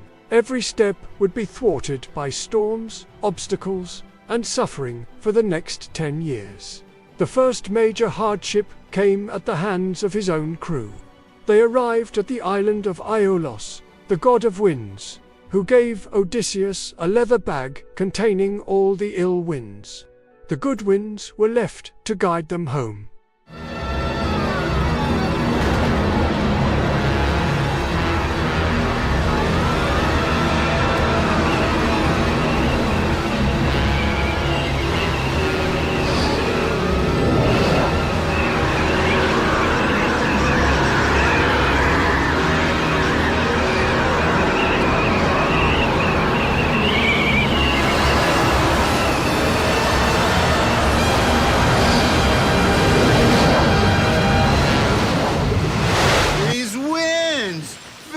Just as they were about to arrive in Ithaca, the curious and suspicious crew opened the bag while Odysseus slept. The bad winds immediately escaped and blew them back to Aiolos, who now refused to help, believing Odysseus was cursed by the gods.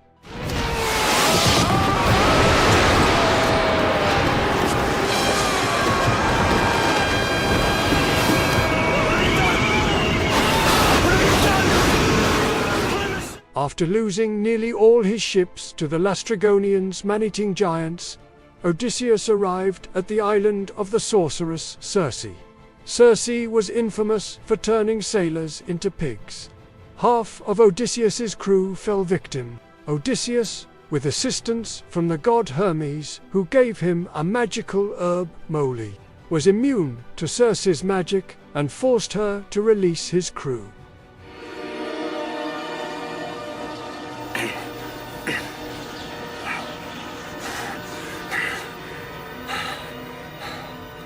Here, eat this. No, it's moly. It's poison. I'm giving it to you. A god to a mortal. No, I refuse. Fine. But it is the only way to stop the witch Circe's spell. Don't you trust me?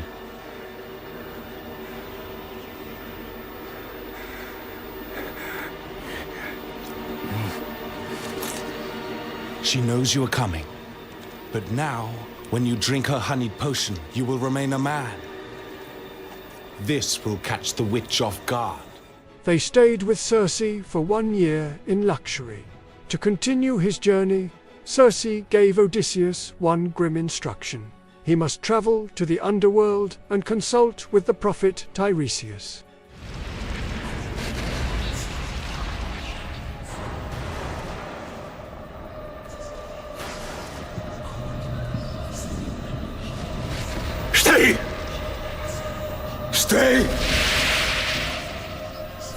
Stay back! This ram is not for you! Stay! The journey to the underworld provided Odysseus with the roadmap to his destiny. He would return home, but only after much suffering, and he must avoid disturbing the sacred herds of the sun god Helios. Odysseus faced a choice between two equally deadly threats. Which path did he choose? A. The path where he would lose all his crew. B. The path where he would only lose some of his crew. C. The path where he risked his own life but saved all the crew. Answer in the comments. His adventures were often about choosing the lesser of two evils. Returning from the underworld, he faced new obstacles. First, the Sirens, creatures who lured sailors to their death with their irresistible songs. On Circe's advice, Odysseus ordered his crew to plug their ears with wax, while he himself was tightly bound to the mast, becoming the only man to hear the Sirens' song and live. Who's to say I'm not already mad? May I be bound with you? No. I trust only my own strength to hear what no man has left to tell.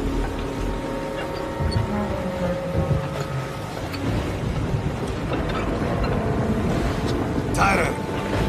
Tyler!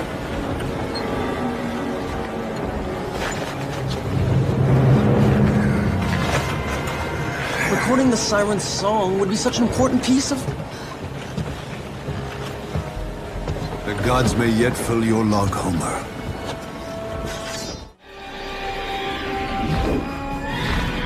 What sorcery is this?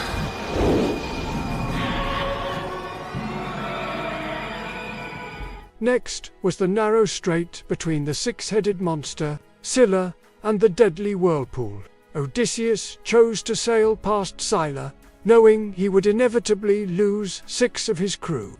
But it was the lesser loss than losing the entire ship to Charybdis.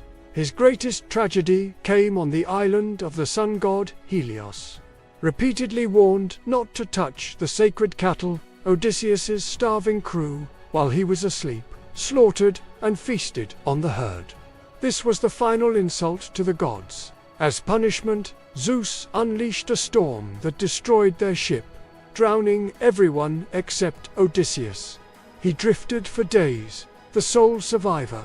Odysseus was stranded on the island of Ogygia, home to the beautiful nymph Calypso. Calypso, falling in love with him, offered him immortality and to stay with her forever. Odysseus refused, yearning for his wife Penelope and his home in Ithaca. He was trapped there for 7 years until Zeus ordered Calypso to release him. After 10 total years of travel, Odysseus finally arrived in Ithaca. However, the situation was fraught with tension. During his absence, hundreds of greedy suitors had invaded his palace, attempting to marry Queen Penelope and seize Odysseus's wealth. The boy.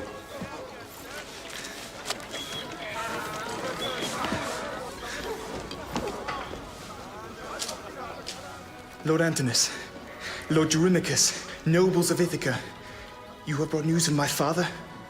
News? No. Your father is long dead. You cannot say that. There is no proof! Everyone who fought at Troy has long returned home. Either Lord Odysseus is dead, lost in Poseidon's graveyard, or he has chosen not to return. To abandon your mother, his kingdom, and you. Now your mother will choose one of us and marry again.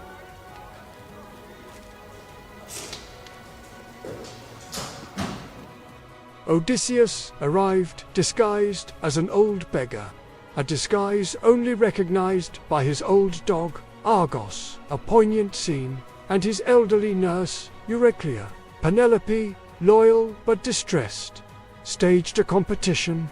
Whoever could string Odysseus's great bow and shoot an arrow through 12 axe handles would become her husband. None of the suitors succeeded. Finally, The old beggar, Odysseus, asked for a chance. He strung the long-unused bow with ease and successfully shot the arrow through the axes. Immediately, his disguise ended. With the help of his son Telemachus and a few loyal servants, Odysseus locked the hall doors and began the slaughter of the suitors.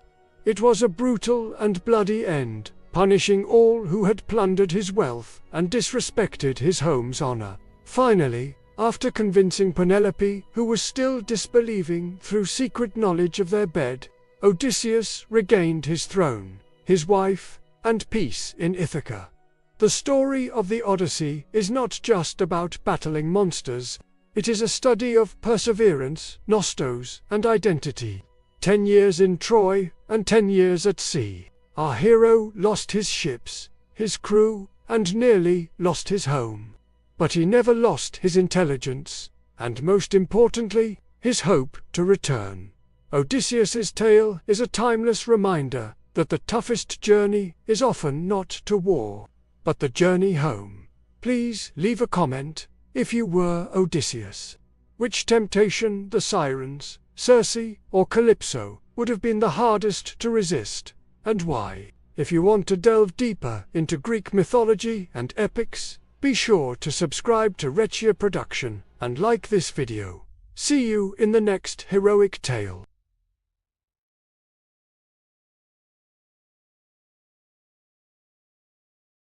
A war between two of history, as most famous cultures, could have happened in a way that no one expected. Hello everyone, I am here to introduce you to a new series where we look at what might have happened in ancient times. Today we're going to look at a clash between two of history's most famous cultures, the Jews and the Babylonians. This will be the first in a series covering the Jewish-Babylonian War. In this episode, we'll look at how the war started and the early stages of the conflict.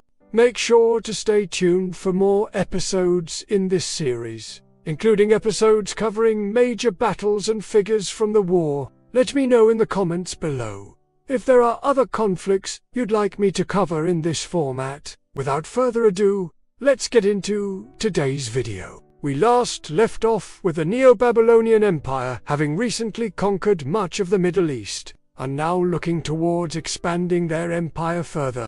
King Nebuchadnezzar II looked over his domain and saw that he had many different cultures under his rule, each with their own gods and customs. He is even said to have been half Jewish himself, being the son of an older Median wife. However, not everyone was happy under his rule, including the people of Judah, who refused to worship the Babylonian gods and remained faithful to Yahweh. This tension between Yahweh and the Babylonian gods would lead to one of the most significant wars in Jewish history. The Babylonian Empire had reached its peak in the 6th century BCE. Under the rule of Nabopolassar, the empire covered parts of modern-day Turkey, Syria, Lebanon, Jordan, Palestine, and Israel. His son, Nebuchadnezzar II, would continue this trend of expansion and would conquer Jerusalem in 597 BCE, deporting many of the elite members of society to Babylon. However, a revolt would soon break out in Judah against Babylonian rule, which would prompt Nebuchadnezzar to lay siege to Jerusalem once again. The siege lasted for a full year before the city fell in 586 BCE. This time, Nebuchadnezzar would destroy the Temple of Yahweh and deport many of the remaining Judeans to Babylon. Following the destruction of the temple, some Jews would continue to rebel against their Babylonian conquerors. In 563 BCE, a Judean prince named Sheshbazzar would lead a revolt against the Babylonians, with the support of the Persian king Cyrus the Great.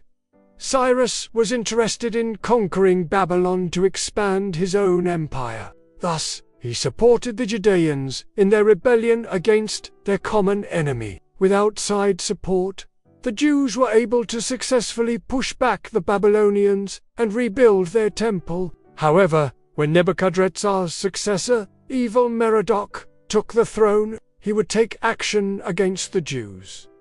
Ivamerodak began by deporting Sheshbazzar from Judah, and replacing him with a man named Bagosh. However, this proved to be ineffective, as Bagoas was killed by the Jewish leader Ezra, while he was on his way to take control of Judah. In response, Evil-Merodach would march on Jerusalem, but he too would meet his demise shortly after. According to the Book of Kings, God struck him down with an incurable disease. Some historians speculate that this may have been a case of leprosy. If this is true, it would have been a particularly ironic end for the Babylonian king, as the Babylonians believed that they were cured lepers. Regardless, the throne then passed to Evil-Merodach's brother, Nergal-Shara-Baladan, who set about crushing the Jewish revolt. Much of what we know about Nergal-Shara-Baladan comes from a boastful letter that he sent to the Assyrian king, in which he details all of his military victories during his reign. While Nergal-Shara-Baladan made many claims in this letter, none of them can be corroborated by any historical evidence. Many scholars agree that he likely embellished or even fabricated these claims to appear stronger than he really was. Thus, the reliability of the letter is highly questionable. Nergal-Shara-Baladan claimed that he marched across the desert to the cities of Ashkelon, Ekron, Gath, Jabneh, Jamnia, and all the way to the Egyptian border, but he met little resistance, suggesting that the region was probably just terrorized by his reputation alone. He also claimed to have campaigned against the Cypriots, the kingdom of Aram Cilicia, the land of the Philistines, Moab, Ammon, and Judah. According to the Book of Kings, Nergal-Shara-Baladan campaigned against the Jews 3 times during his reign. During his first campaign, he led an army to the city of Lachish, located near Jerusalem, where he lived for several months while he unsuccessfully laid siege to the city. After failing to capture Lachish, he turned his attention to Jerusalem, where he also failed to capture the city. It was during this siege that the Jews gained the upper hand over the Babylonians for the first time in the war. The siege lasted for 5 years before Nergal-Shara-Baladan gave up and returned to Babylon. During the early 540s BCE, the throne of Babylon had passed to a new ruler, Cyrus the Great, who would go on to found the Achaemenid Empire. Cyrus was interested in expanding his empire, and he would conquer Lydia and Media, bringing them under the rule of the Babylonians. It seems that Nergal-Shara-Baladan wanted to prove himself to the new king and win back some respect for the Babylonian army. As such, he led another campaign into Judah. This time, he made swift progress and captured many cities, including Jerusalem, forcing the Jewish people to flee into the desert. He also plundered the temple in Jerusalem, stole the sacred vessels, and deported many of the Jewish elite to Babylon. The tone of the Babylonian Chronicle suggests that this was seen as a great victory for Nergal-Shara-Baladan, as it was the first time that the Jews were driven out of their territory. However, the Jewish people were able to regroup in the wilderness and form guerrilla bands that would harass the Babylonians whenever they came out of their fortified cities. This proved to be a problem for Nergal-Shara-Baladan, as his supply lines were constantly threatened. This may have been part of the reason that he decided to launch a third and final campaign into Judea. He led his forces south to the city of Elusa, located in Edom, where he built a fort and left a garrison.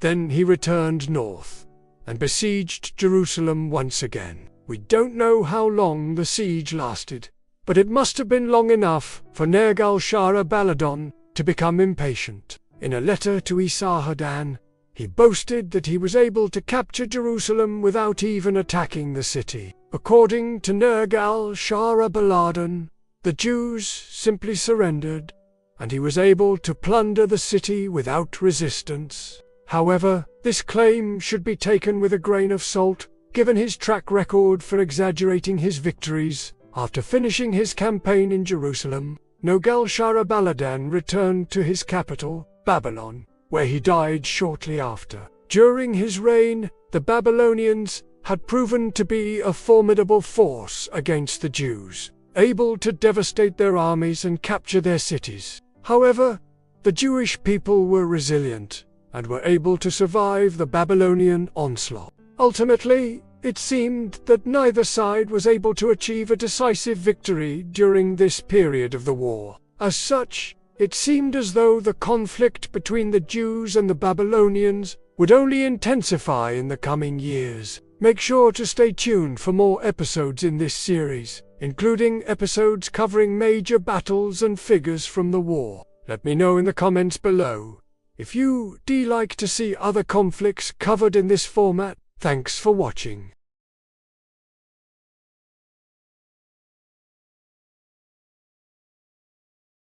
Every December, a massive global transformation takes place. From New York to Tokyo, London to Jakarta, the world is painted in shades of red and green. Billions of people prepare for a day we call Christmas. But if we peel back the layers of this tradition, we find a historical labyrinth that is dark, complex, and filled with contradictions. Have you ever wondered why we celebrate the birth of a Middle Eastern prophet with pine trees from the frozen north? Why do we tell stories of a jolly fat man flying with reindeer? And most importantly, why was December 25th chosen when the Bible itself never mentions a date? Today, we aren't just looking at Christmas as a religious holiday. We are dissecting it as a socio-political phenomenon. We will journey back to the wild days of ancient Rome, see how emperors used this day for power, discover how Puritans in America once banned Christmas under threat of imprisonment, and see how the Industrial Revolution and a soda company created the face of Christmas we know today. This is the complete narrative of how humanity fights the darkness of winter with light, noise, and a bit of historical engineering. Grab your coffee or hot cocoa, because this is a 2,000-year journey. To understand Christmas, we must temporarily forget about churches or presents. We must go back to the most primal human need: survival. In the Northern Hemisphere, winter was once a death sentence. Famine, total darkness, and extreme cold were the ultimate enemies.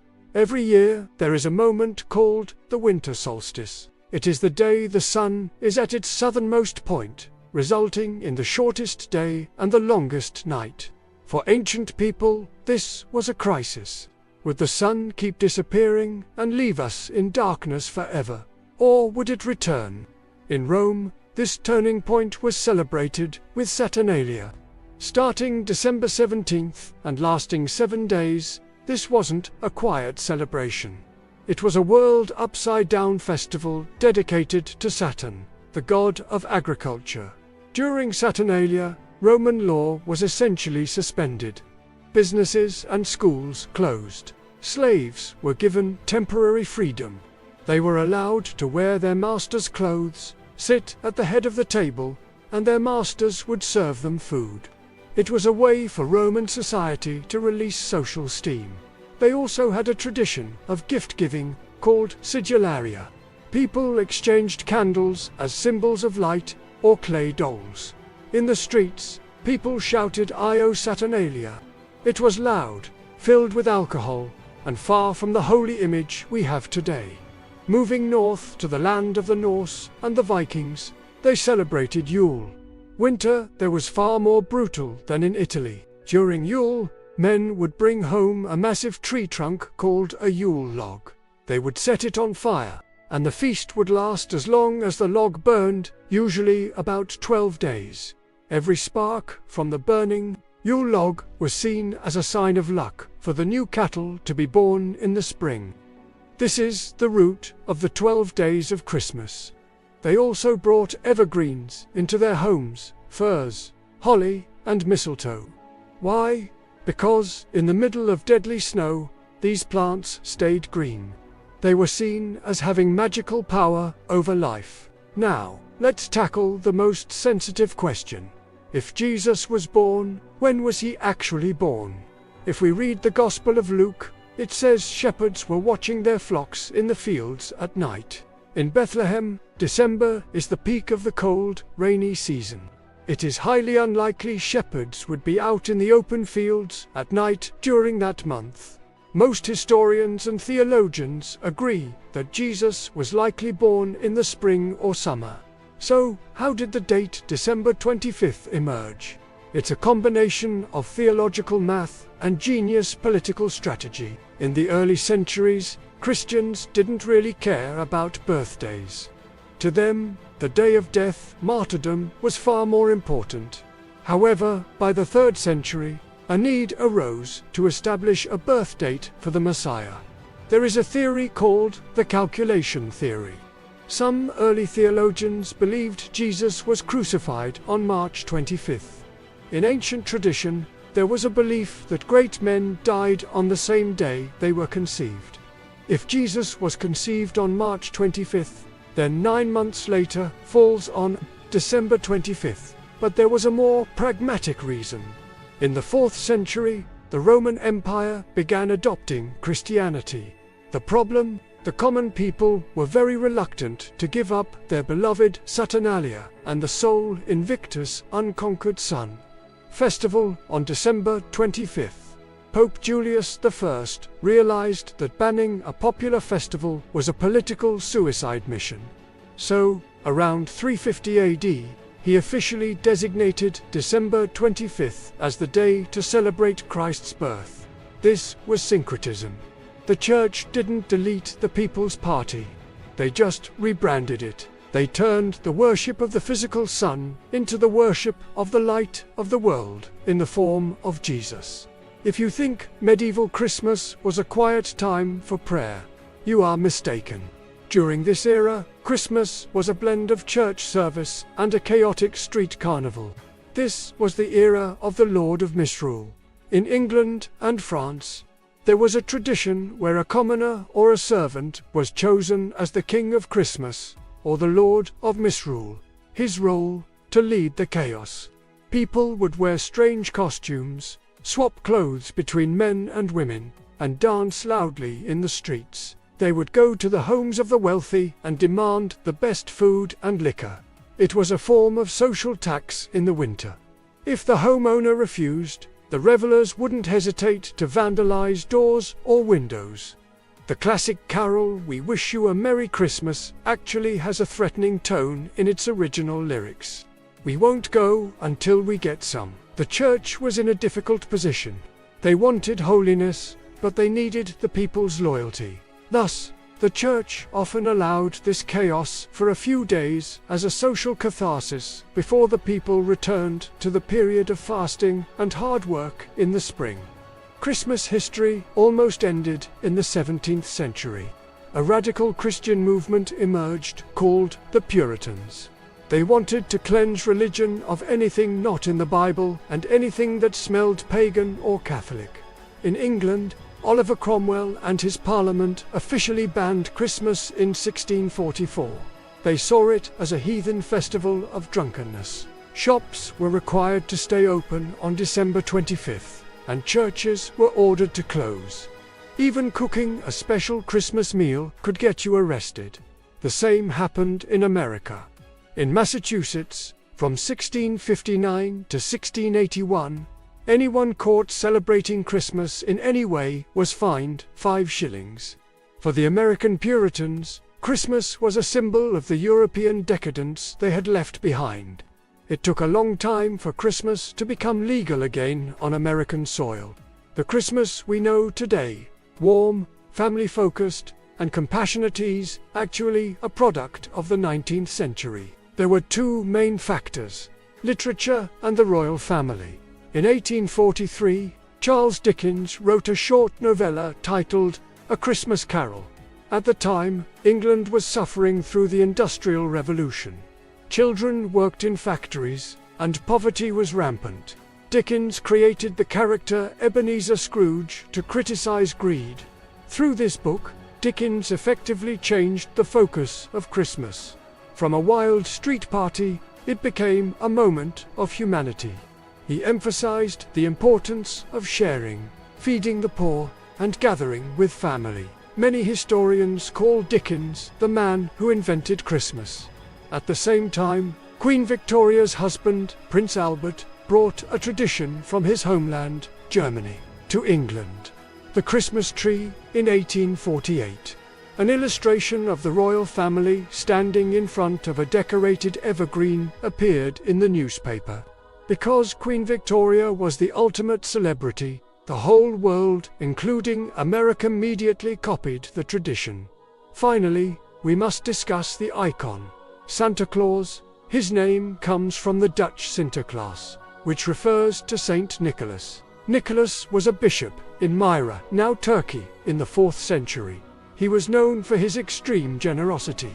The most famous story is when he threw bags of gold through the window of a poor family so their daughters wouldn't be sold into slavery. Nicholas was a symbol of pure Christian charity. However, the face of Santa we know today, the fat man in a red suit with a white beard and a sleighs, a product of 19th century American culture. Clement Clarke Moore's 1823 poem, A Visit from St. Nicholas, gave Santa his reindeer and the ability to enter through chimneys. There is a myth that Coca-Cola invented Santa. That's not entirely true. However, in 1931, Coca-Cola hired illustrator Haddon Sundblom to draw Santa for their winter ad campaigns. Sundblom made Santa look incredibly friendly, jolly, and human. Because of Coca-Cola's massive distribution, this image became the global standard. So, after this 2,000-year journey, what can we conclude? Christmas is a mosaic. It contains pieces of ancient astronomy, Roman pagan festivals, Viking log-burning traditions, early Christian theology, and modern marketing strategy.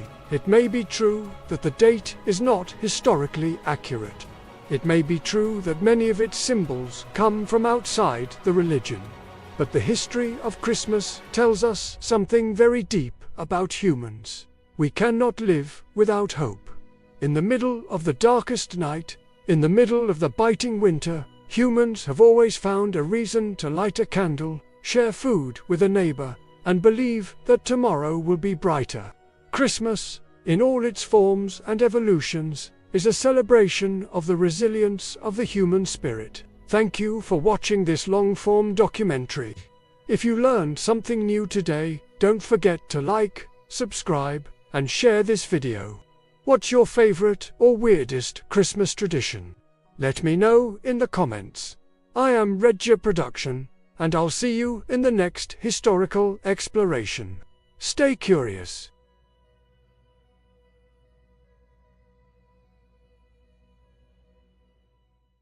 Imagine a war so vast, so influential, that it formed the very bedrock of Western literature. A 10-year conflict sparked by forbidden love, led by power-hungry kings, and colored by the interference of the gods of Olympus. We are talking about the Trojan War. For centuries, the story of the fall of Troy was considered mere fable. But behind the poetic epic verses, is there a trace of a real conflict that we can scientifically prove? Today, we will journey through time, from the ancient texts of Homer to modern excavation sites in Turkey. We will dissect the myths, analyze the archaeological evidence, and dig into academic journals to find the truth behind the legend of the wooden horse. Prepare for a story far more complex and fascinating than you ever thought. Our primary source is the epic poems attributed to Homer, the Iliad and the Odyssey, which are estimated to have been written down in the 8th century BC, though they are based on a much older oral tradition. The Iliad is not the complete story of the war. It only covers about 51 days in the 10th year of the siege, with its main focus on the wrath of Achilles after his dispute with King Agamemnon. Other crucial parts come from the epic cycle, a series of poems that are now mostly lost. But they provide details about events before and after the Iliad, including the story of the Trojan horse, which was later recounted by Virgil in the Aeneid.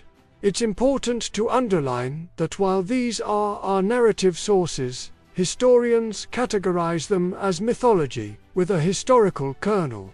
These texts are a reflection of the culture, religion, and worldview of Mycenaean Greek society and later periods. The mythological trigger for the war is a classic, the wedding feast of Peleus and Thetis, where the uninvited goddess Eris discord through a golden apple. The decision of Paris, a Trojan prince, to give the apple to Aphrodite, who promised him the most beautiful woman, Helen, was the beginning of the catastrophe. Helen's abduction or elopement from her husband, Menelaus, the king of Sparta, violated the sacred law of Xenia hospitality, and the oath of Tyndareus, where all of Helen's suitors swore to defend her marriage. This turned a personal conflict into a military obligation for all the Greek Achaean kings, led by Agamemnon, the king of Mycenae. However, modern historians suspect the real motives were likely economic and political.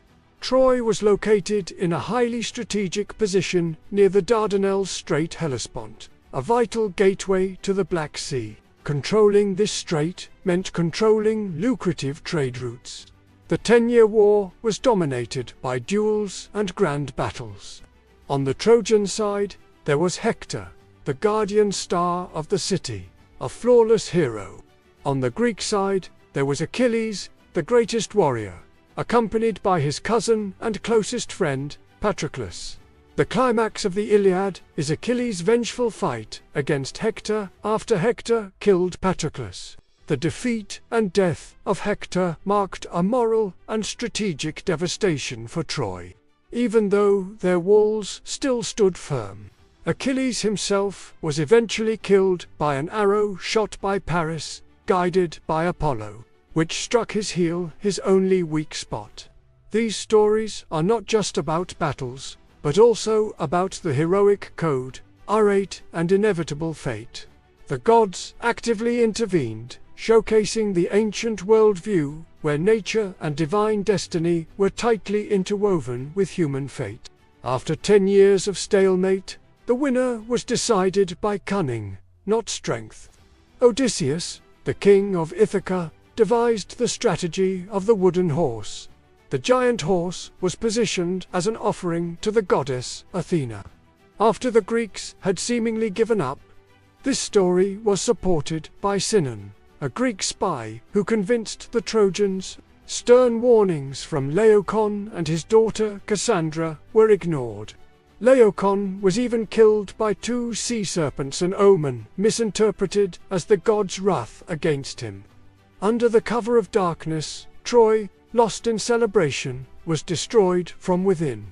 Virgil describes this horrific destruction in detail in the Aeneid, telling how the Greek soldiers leaped out, opened the gates, and burned the city.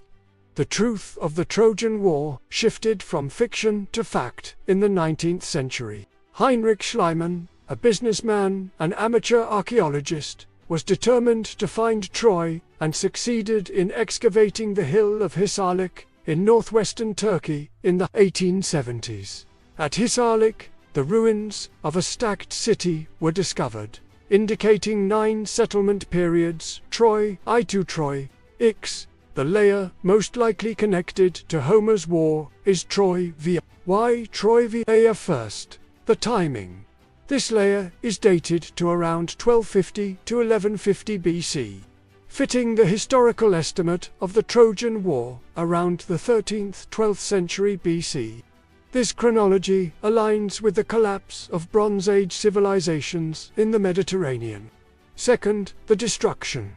Troy Vieja shows evidence of sudden destruction by fire and warfare, with unburied human remains and weapon finds. Third, population evidence. The fortress shows signs of defense and resource limitations typical of a besieged city. This discovery proved that a Mycenaean-era city was destroyed at the same location as Troy in Homer's epic. The Trojan War was most likely a distorted and embellished oral memory of a real conflict that occurred during the Bronze Age transition. For credibility, we must turn to modern scientific analysis. Archaeologists like Manfred Kaufmann, who led post-Slimon excavations at Hisarlik, argue that Troy was a much larger and more important trading city than previously imagined. The most crucial scientific evidence comes from sources outside of Greece and Troy. In Anatolia, we have records from the Hittites, a major civilization east of Troy. Hittite documents from the 14th to 13th centuries BC often mention a region called Wailusa. Many scholars, including Joachim Latach, believe that Wailusa is the historical name for Troy, and there was a king named Alexandru of Wailusa, who might be the equivalent of Alexandros, another name for Paris. Hittite records also mention a powerful state called Ahiawa, widely believed to be the equivalent of Achaea, Homer's term for the Greeks. Hittite correspondence tells of disputes and conflicts between Wailusa and Ahiawa. By combining Homer's epic, the archaeological destruction of Troy via, and the political records from the Hittite Empire, we see a compelling picture. The Trojan War was not pure fiction, but an epic reflection of Bronze Age geopolitical conflict between Mycenaean Greece and Western Anatolia. The Trojan War was a battle won twice, once on the battlefield by Odysseus's deceit, and a second time in the realm of eternity by Homer's pen. This legend teaches us about hubris, fate, and the price of conflict. It reminds us that behind the stories of heroes and gods, there is always a harsh historical reality: burned cities, collapsed empires, and lost lives. Although we may never know the exact details of how Helen and Paris met, or how many soldiers hid inside the Trojan horse, we know this: Troy existed, a war happened, and its stories will live forever. What is the most fascinating part of the Trojan War for you? Write a comment and let's discuss this timeless historical puzzle. Don't forget to like this video and subscribe to our channel for more credible historical explorations. See you in the next video.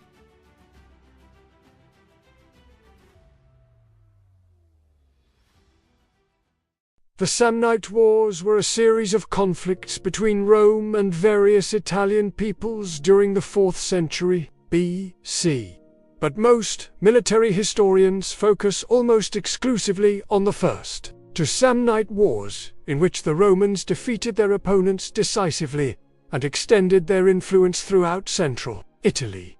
However, there was still one more war to come. The Third Samnite War, which ended up being the most violent and the longest out of all three and took no less than 8 years to complete. Moreover, this conflict was also far from straightforward, since it did not feature just the Romans and the Samnites alone, but also several other Italian peoples, like the Etruscans, and even the Greek colonies of southern Italy. So let's talk about the Third Samnite War, also called the War of the Italian Confederacy, an epic struggle over the region of Campania that lasted from 343 to 341 BC. At the end of the previous century, the Samnite tribes had waged a desperate war against the expanding power of Rome and had been defeated by the Roman dictator Camillus, who died in 345 BC. His successor, the consul Lucius Furius, decided to take advantage of the situation and conquer the fertile region of Campania. In fact, the Samnites were merely the junior partners in this war, since the real opposition to Rome came from the Lucanians, the Bruti and the Etruscans, who formed a formidable alliance with the Samnites. Their combined armies repeatedly defeated the Romans, capturing even the consul Gaius Julius Caesar at the Volturnus River. And when the reinforcements arrived under the command of Lucius Papirus Cursor, he too was forced to flee. These defeats caused panic in Rome, and the Romans pleaded with King Artulus III of Epirus to send his brother, the famous General Pyrrhus, to rescue them. But before we continue, a quick reminder for those who are new here. In the meantime, the Romans, eager to turn the tide of the war in their favor, made a crucial decision. They abandoned their initial plan to campaign in Samnium and Lucania, and instead chose to invade. This move proved successful as they defeated the Etruscans decisively at the Battle of the Chiara Valley River, forcing them to withdraw into their fortified cities. Rome then laid siege to these cities, capturing several of them, including Veii, where they discovered vast stores of supplies left behind by the Etruscans, enabling Rome to sustain its war efforts. Meanwhile, Pyrrhus arrived in Italy with his army, and the allies of Rome were ecstatic upon his arrival. However, he didn't live up to their expectations, winning only a single battle against the Samnites, the Battle of the Ceriswa. You may ask, well, mainly because Pyrrhus fought with an army of mercenaries, rather than with citizen soldiers. You see, the people of Epirus were quite short in stature, so much so that even the heavy infantry were considered light troops. And while the Epirote phalanx was tactically superior to the hoplite formations of the ancient Greeks, it was no match for the disciplined and heavily armed Roman legionary. Additionally, Rome's strategic decision to supply grain to its troops from the captured Etruscan stores ensured that they never suffered from hunger or attrition due to lack of food. However, despite these setbacks, Pyrrhus continued to fight alongside the Romans until 341 BC, when he returned home after suffering serious losses. In fact, Pyrrhus would later lament the dire straits of his army, saying that if he had one more victory, he would be ruined. Still, thanks to Pyrrhus, the Romans managed to stabilize the front lines and buy time to regroup and devise a new strategy, and soon the tide of the war turned again, albeit not in Rome's favor. The Samnites managed to defeat the Roman legate Gnaeus Domitius and even laid siege to the important city of Ess. But the Romans refused to surrender and managed to repel the attack, killing the Samnite general or Occasado in the process. Enraged by their failure to capture Ess, the Samnites slaughtered the inhabitants of a nearby Roman colony, Frigile, and marched on Rome's ally, Naples, which was defended by the Roman general Quintus Publius. The Neapolitans had built a wall around the city's harbor to protect themselves from pirates, but that same wall now hindered their attempts to bring in supplies. With the city under siege, Publius Philo appealed to Rome for aid, and in response, 2 legions were dispatched under the command of Lucius Papirius Cursor. Meanwhile, the Lucanians were causing havoc across southern Italy. They had defeated the Romans in many battles and even managed to lay siege to. In response, the Tarentines called upon the help of their allies, the Spartans and the Greek colonies of southern Italy, who sent reinforcements to defend the city. In the end, the invaders were forced to retreat after inflicting heavy casualties on the Lucanian cavalry at the Battle of the Brentis River.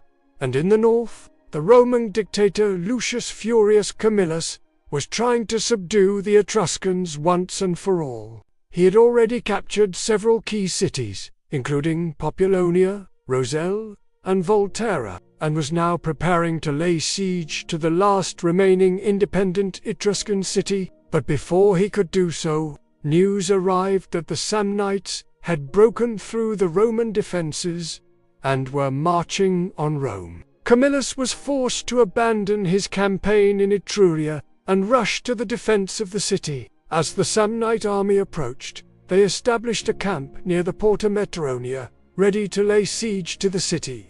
But their hopes for a quick victory were dashed when the Romans, led by the consul Titus Manlius, the Samnites were completely routed, losing their baggage and standards. And while the Romans pursued them as far as their camp, they refrained from storming it, respecting the sanctity of the Samnite customs and beliefs. Instead, they gave them time to collect their belongings and then allowed them to depart. This leniency in fueling their determination to exact revenge and sack Rome. But in the meantime, Torquatus was preparing for the long siege that lay ahead. He strengthened the city's fortifications and built fortifications outside the city walls to accommodate the expected influx of refugees. To ensure the city's defense, he stationed 3 legions and 4 auxiliary cohorts near the Porta Metania, positioned to more legions along the Via Nimentana, and placed the elite troops under the command of his son, Titus Manlius.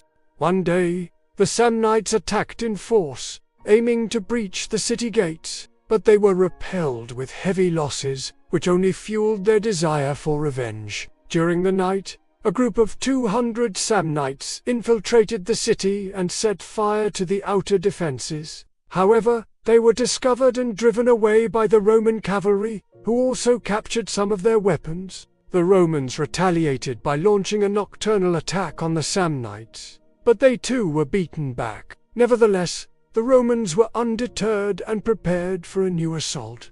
They divided their forces into 3 columns, each tasked with breaching one of the 3 main gates. The Samnites anticipated this move and concentrated their forces near the Porta Metronia, expecting the Romans to strike there. However, the Roman commander, Lucius Papirius, launched a surprise attack near the Porta San Sebastiano and broke through the enemy lines. With the gates breached, the Roman infantry stormed in, engaged the Samnite defenders, and quickly overwhelmed them. The Samnites were defeated and fled towards the hills, abandoning this, and thus the Third Samnite War came to an end with a decisive Roman victory. As the Samnite allies grew weaker, Rome had triumphed over all its enemies, securing peace and prosperity for itself and its allies. In the aftermath of the war, Rome emerged as the dominant power in central and southern Italy, establishing control over the regions of Campania.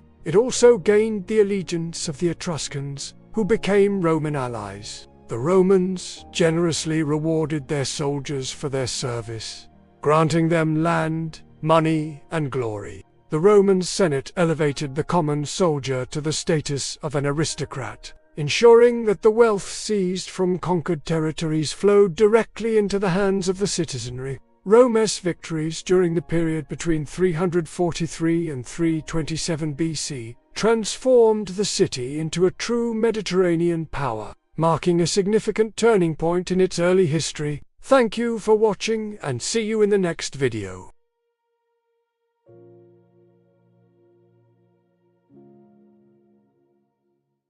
Hey everybody, thank you so much for joining me for another installment of Sacred War Chronicles. It's been a while since we last spoke. As always, I hope this finds you well, wherever in the world you may be. Wherever you are, I hope that your day is filled with peace. In today's video, we're going to talk about a minor event in the pantheon of human history, a battle which will determine the fate of humanity, or at least, that's what some would have you believe. I'm talking about the Battle of Caransebe's, between the armies of Rome and those of the Germanic tribes, and it would take place in the year 275 AD. But before we get started, don't forget to subscribe so you never miss an upload. And if you enjoy these historical tales, please consider supporting us through the provided means. If you're already familiar with this period of history, then you know that Rome was in trouble. The empire was being pushed to its limits by the constant pressure from outside invaders, and now it seems that the gods themselves were abandoning them. Just a few years prior to 275 AD, the god Apollo had sent his oracle at Delphi into a prophetic coma after being enraged by the Roman emperor. This decision to allow paganism to be practiced freely within the empire, that would come back to bite Rome shortly. Because without the guidance of the Oracle of Delphi, the Romans would lose one key battle after another. Even though they still had plenty of military victories during this time, there was something different about these times. Something that made every victory feel hollow. Rome was losing the support of their gods, and the enemy knew it. The Germanic tribes had managed to push deep into Roman territory, pillaging and burning everything in their path. And now they were closing in on the city of Delphi itself, which was considered sacred ground. If they took Delphi, it would practically be a death sentence for the Roman Empire. So naturally, Emperor Aurelian decided to march his army up north to deal with the situation. His goal was twofold. He wanted to put down this rebellion once and for all, and he also hoped that by doing so, he could rekindle the favor of the gods and restore their guidance through the oracle. The first thing you need to understand about the Battle of Charansabes is that it didn't happen in a vacuum. We couldn't just pop into existence in the middle of a battle without first understanding the events that led up to it. For the past decade, Rome had been dealing with an influx of Germanic tribes pouring into the empire. This was due to the growing power of the Goths, who were pushing other tribes out of their lands. These displaced tribes had no choice but to flee south into Roman territory, and they brought with them a taste for Roman blood. At first, Rome tried to handle this problem by making deals with the tribes, letting them settle in certain areas of the empire in exchange for their loyalty.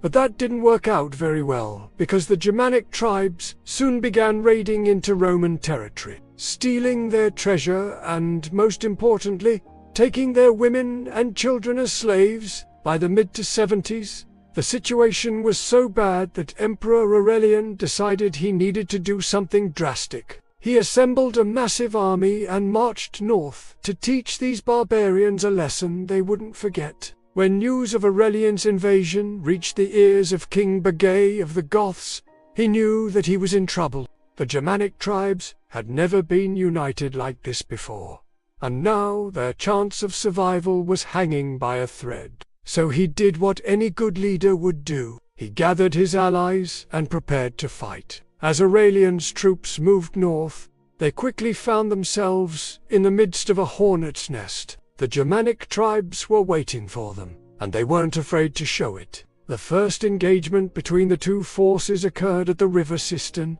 and it was a disaster for the Romans.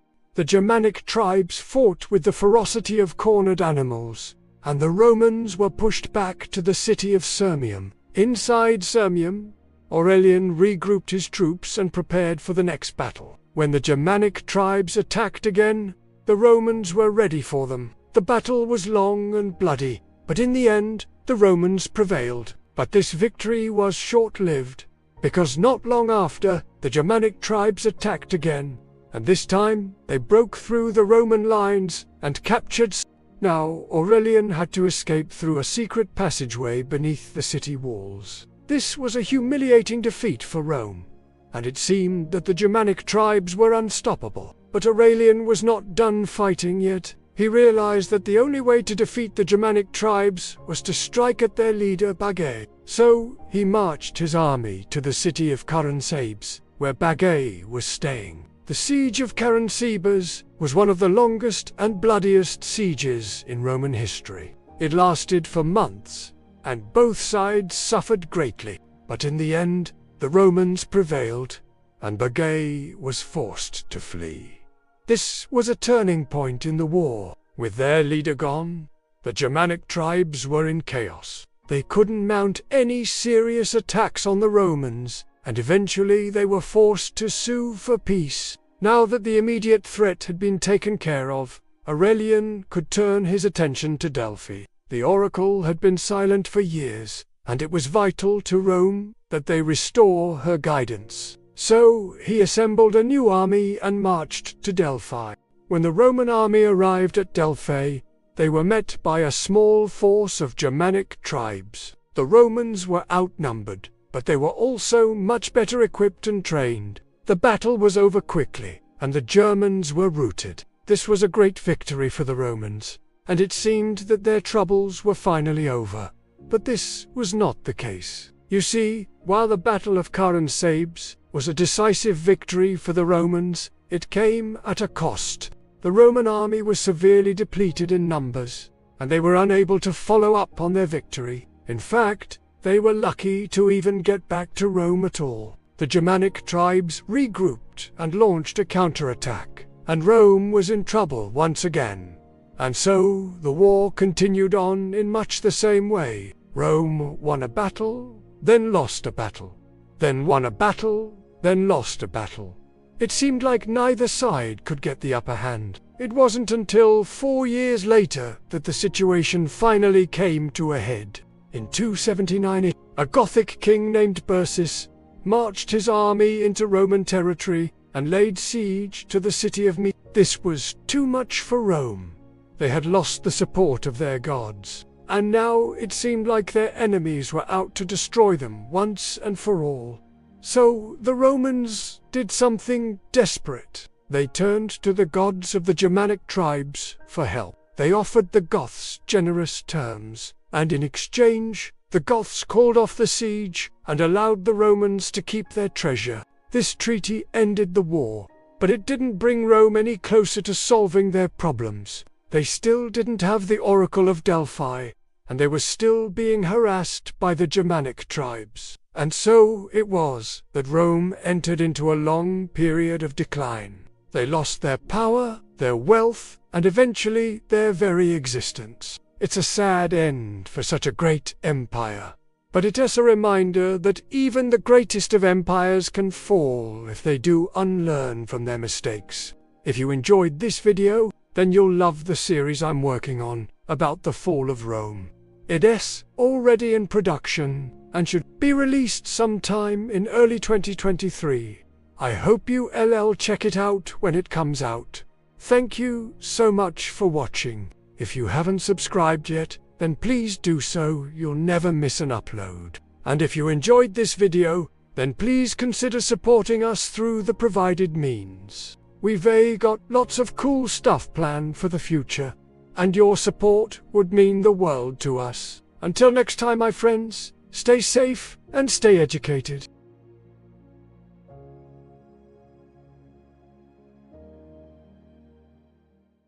Philip II of Macedon was the man who made the ancient Greeks invincible in war and the greatest threat to the Persian Empire. He conquered Greece and forged the Greek city-states into an unstoppable war machine that even Rome would envy. But he's not exactly a household name. You might know him as the father of Alexander the Great, but his son is almost too great to be talked about. If we ignore Philip, there is this whole dynasty of Macedonian rulers who unified Greece under one king and helped spread Greek culture all over the known world.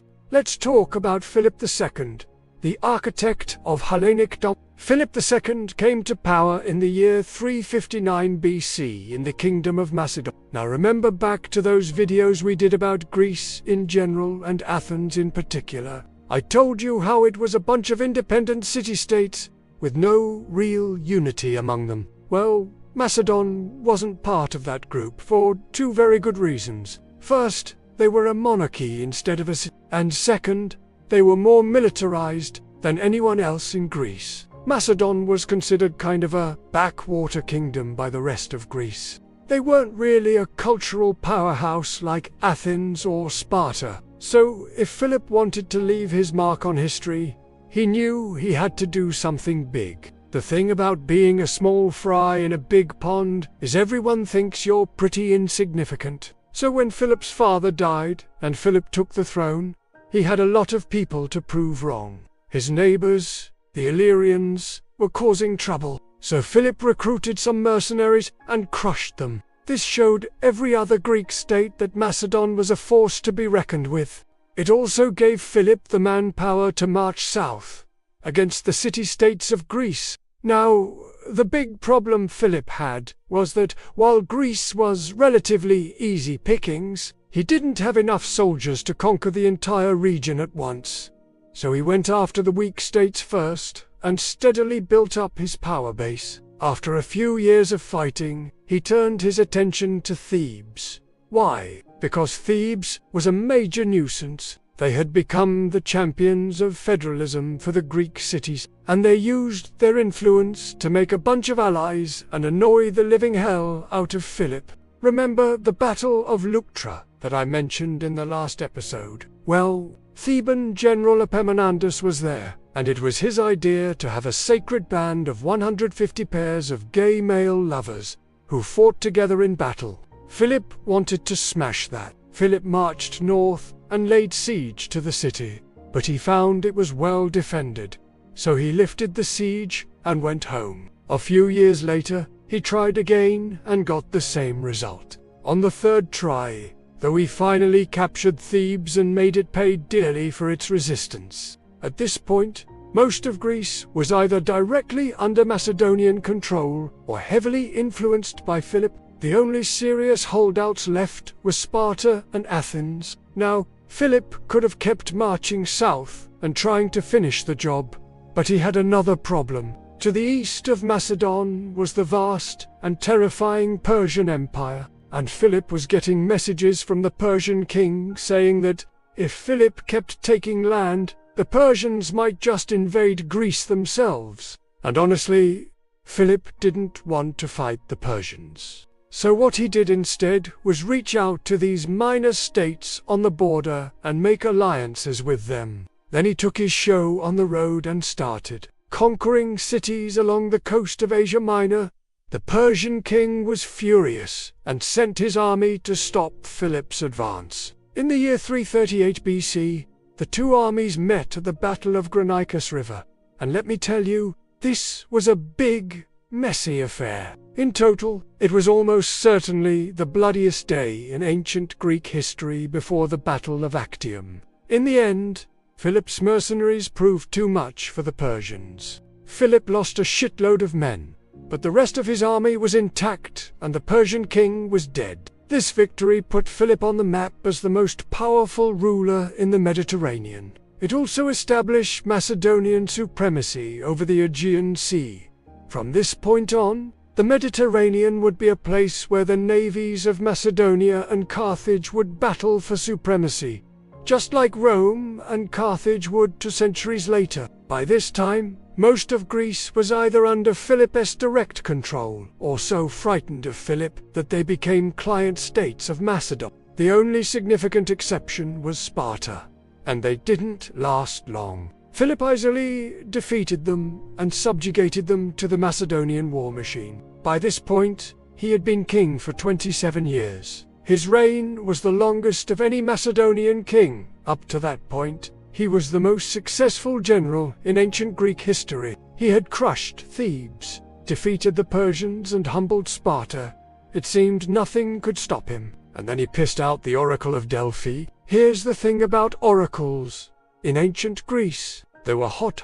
Everyone wanted their prophecies, and lots of leaders based their foreign policy around them. But here's the other thing about oracles.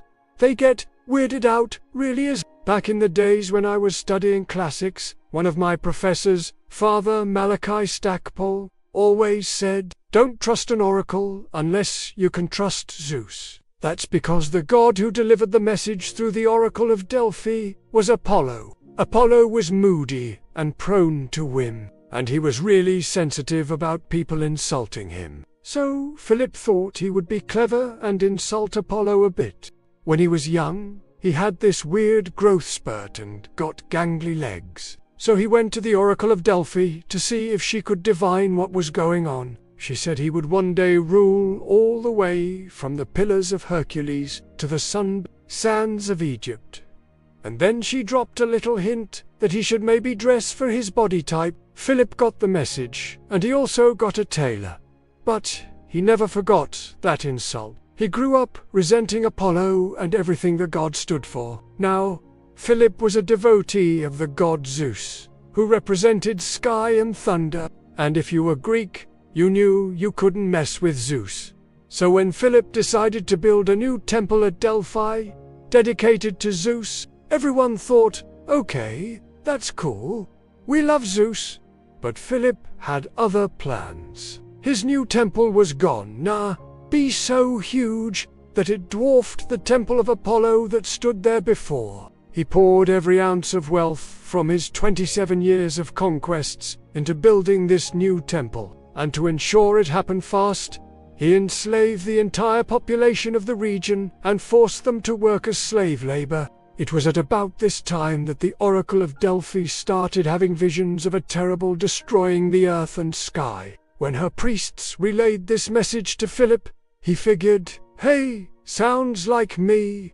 And that's when his luck ran out. Philip had been stabbed to death by one of his own bodyguards. The person who ordered the hit was probably Philip's wife, Olympias, who had a thing for throwing people off balconies. But that's a story for another day. When Philip was killed, he left behind an empire that stretched from Greece all the way to the borders of Persia. The city-states of Greece were now united under the rule of a single king, which meant that Philip created the first Hellenic superpower. The biggest beneficiary of Philip's work was his son, Alexander the Great. He inherited an empire that was ready to go to war with the Persians and take over the entire eastern Mediterranean. Without his father's efforts, Alexander might not have been able to do anything more than rule Macedon itself. As it was, he inherited his father's personal army of 20,000 elite infantrymen, a navy strong enough to challenge the Persians at sea, and a web of alliances that stretched all across Greece. Philip also set up a system of roads throughout his empire, so his generals could travel quickly and raise armies fast. Most importantly, Philip established the idea that kings of Macedon were the divinely appointed heads or leaders of all Greece. It was a concept that Alexander ran with and turned into a personal religion. So remember when I said at the beginning that Philip wasn't a household name? Well, I lied. He isn't really a household name outside of academia. But within academia, he's pretty damn famous. You know why? Because he is the guy who took Greek civilization out of the Peloponnese and turned it into a Mediterranean power. He is the reason Greece went from a bunch of squabbling city-states into a cohesive civilization capable of taking on the largest empire the world had ever seen. And if you don't think that's pretty damn architectonic, I don't know what to tell you. I hope you enjoyed learning more about Philip II of Macedon. If you did, please follow for more information. And if you want to keep learning about ancient Greece, I'd recommend starting our series on the rise of Athens right here. And if you want to support us even further, check out our support page. Thank you all so much for watching, and I'll see you next time.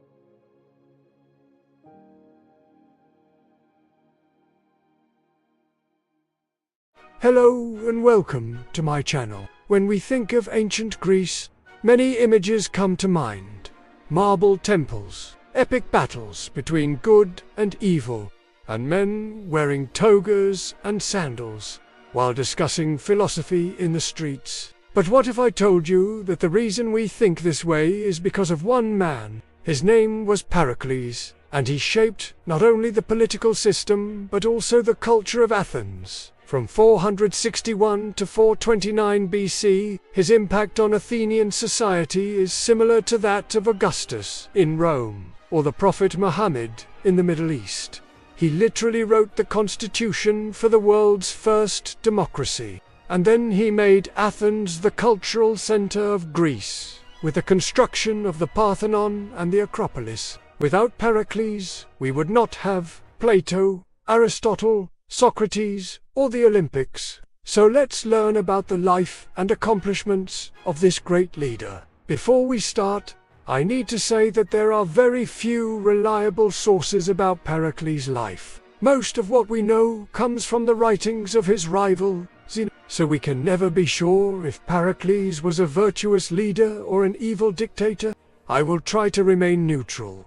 But please keep in mind that this video is more like a biography than a historical analysis. Anyway, let's begin. Born in 500 BC in Athens, Pericles came from a wealthy aristocratic family called the Since Athens was an oligarchy at the time, only the rich could participate in politics. Thus, Pericles had all the time and resources needed to become the greatest leader of all time. When he grew up, Pericles traveled around the Mediterranean to learn about different political systems. According to Plutarch, he visited Egypt and the Oracle of Delphi. But most historians reject these claims as propaganda. Instead, they believe that Pericles traveled throughout the Aegean Sea, visiting commercial colonies of the In any case, Pericles learned the art of persuasion and public speaking during his travels. which he later used to manipulate people into doing what he wanted. Pericles returned to Athens as a young man and married a rich woman named Agora. This union gave him access to even more power and influence,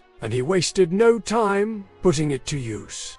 Pericles entered politics and quickly became one of the most popular leaders in Athens. The Athenian constitution established that only men born in Athens could be citizens and vote. Slaves, foreigners, and women were excluded from the political process. Even so, citizenship was expanded to include most free adult males who lived in the city. It was during this period that Athens experienced unprecedented economic and cultural growth. Trade flourished, and the city became the cultural capital of Greece. As we have seen, Pericles inherited an oligarchy when he began his political career.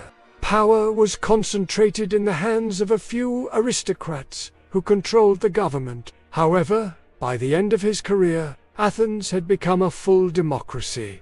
How did this happen? Well, the transformation of Athens into a democracy was a gradual process that began long before Pericles came to power. The first step was taken in 508 BC, when Cleisthenes introduced a new system of representation in the assembly. This reform allowed more citizens to participate in politics, but the rich still had more power than the poor. Pericles took advantage of this situation and formed a political alliance with the middle class, which was gaining more power every day. Together, they carried out a series of reforms that established democracy as the official government of Athens. First, Pericles proposed a law that limited the amount of property a citizen needed to own in order to qualify for public office. This allowed talented men from the middle class to enter politics regardless of their wealth. Second, Pericles reorganized the courts and replaced the Council of 400 with the Council of 500.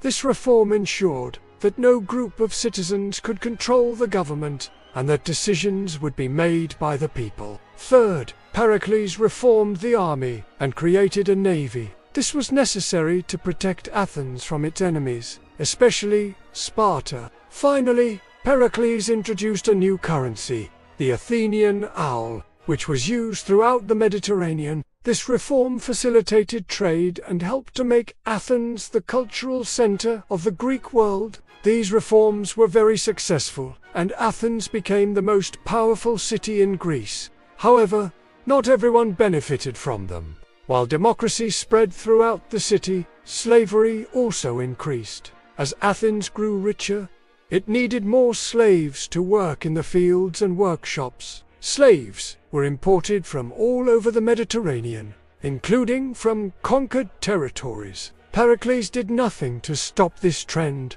and even participated in the conquest of Melos, where he ordered the killing of all the adult males and the enslavement of women and children. Even though Pericles was responsible for some of Athens' greatest achievements, he also made some serious mistakes. One of his biggest blunders was his decision to go to war with Sparta. The result was the Peloponnesian War, which lasted for 27 years and devastated both sides. Pericles knew that Sparta was a powerful military force, but he underestimated their strength. He thought that Athens could win the war easily, because it had the strongest navy in the Aegean Sea. Unfortunately, the war turned out to have Athens' worst nightmares. Sparta was aided by its allies, especially Corinth and Thebes, and Athens suffered terrible defeats. Pericles tried to make peace with Sparta several times, but the Spartans refused to negotiate until Athens was completely defeated. This stalemate lasted for 10 years. During that time, Athens lost much of its territory and population due to famine and disease. The turning point of the war came in 29 BC. When a plague struck Athens, the disease killed thousands of people, including the general who replaced Pericles was Cleon, a demagogue who continued the war against Sparta. Unlike Pericles, Cleon was a poor man who appealed to the emotions of the citizens rather than their reason. his policies were disastrous, and Athens lost even more territory and prestige. Pericles had hoped to create a just and prosperous state based on reason and moderation, but his successors turned Athens into a reckless and aggressive empire. Now let's talk about Pericles' personal life. He was married twice. His first wife was Agarista, whom he married when he was young. With her, he had 2 sons. After Agarista died, he married another woman named Aspasia, who was a foreigner. It is said that she was very beautiful and intelligent, and that she helped Pericles with his speeches and writings. Some historians claim that Pericles and Aspasia were lovers, but there is no evidence to support this claim. What we do know is that they had a son together named Pericles. The younger. You may wonder why Pericles wasn't married to Aspasia, since same-sex marriage was legal in ancient Athens. The answer is that Athenian law only recognized marriages between men and women. Same-sex marriage was called ephebism, and it was considered a temporary union between a young man and his older lover. Ephebism was common among the Greeks, and it was usually based on mutual attraction and affection. There were no legal or social obligations involved in this type of relationship, and it was not exclusive. A young man could have several lovers at the same time. However, ephebism was not accepted by everyone in Athenian society. Some people, such as the poet Sappho, criticized this practice because they believed that it was unnatural and immoral. Other people, such as the philosopher Plato, saw ephebism as a positive and beneficial institution, because they believed that it helped young men to develop their sexuality and maturity. Pericles was not only a politician, he was also a patron of the arts and sciences. He understood that culture was a powerful tool for influencing people, and he used it to promote Athenian values and interests. For example, he built the famous Parthenon on the Acropolis of Athens, which was a temple dedicated to the goddess Athena. The Parthenon was considered one of the ancient world's 7 wonders, and it housed many masterpieces of sculpture, including the famous Elgin marbles. Pericles also promoted the arts by founding festivals such as the City Dionysia, which was a celebration of theater and music. These festivals attracted artists and spectators from all over Greece, and they helped to spread Athenian culture and identity. Furthermore, Pericles supported philosophers such as Anaxagoras and Plato, who taught new ways of thinking based on reason and logic rather than mythology and tradition. He believed that philosophy could help Athens to become a center of knowledge and wisdom.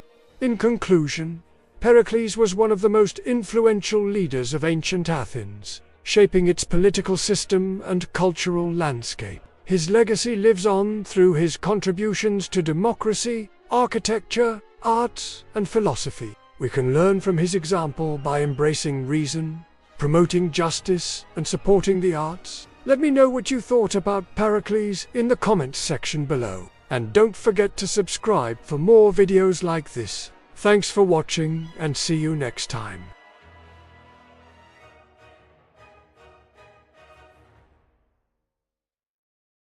In 605 BC, the Babylonian king Nebuchadnezzar II conquered the kingdom of Judah and took the Jewish people captive from their land.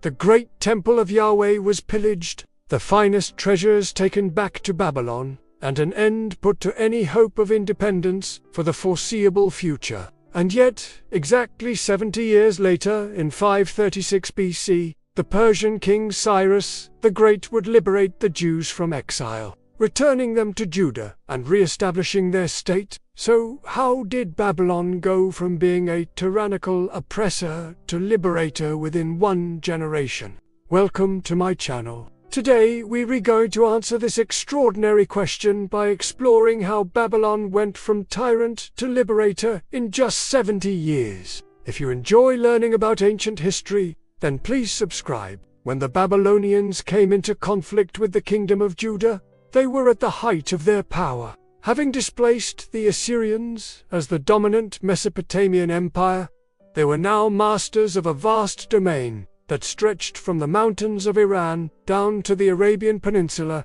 and from the Aegean Sea to the borders of Egypt.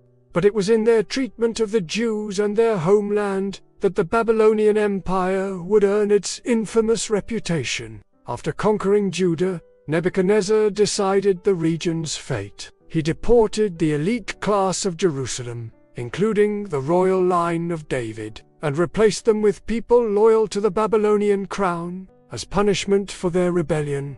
He also destroyed the city of Jerusalem and the great temple of Yahweh. But even after these punitive measures, discontented Jews continued to rebel against their oppressors. Finally, in 597 BC, Nebuchadnezzar had enough. He marched on Jerusalem a third time, burnt the city again, destroyed more of the temple, and deported even more of the population, including the prophet Ezekiel. A small remnant stayed behind, but their lives were far from ideal. We get our best description of Babylonian rule through the book of Nehemiah, which begins with the Israelites still smarting under the oppressive yoke of their oppressors. In chapter 1, verses 3 to 4, it says, "I sat down and began to weep and mourn over Jerusalem.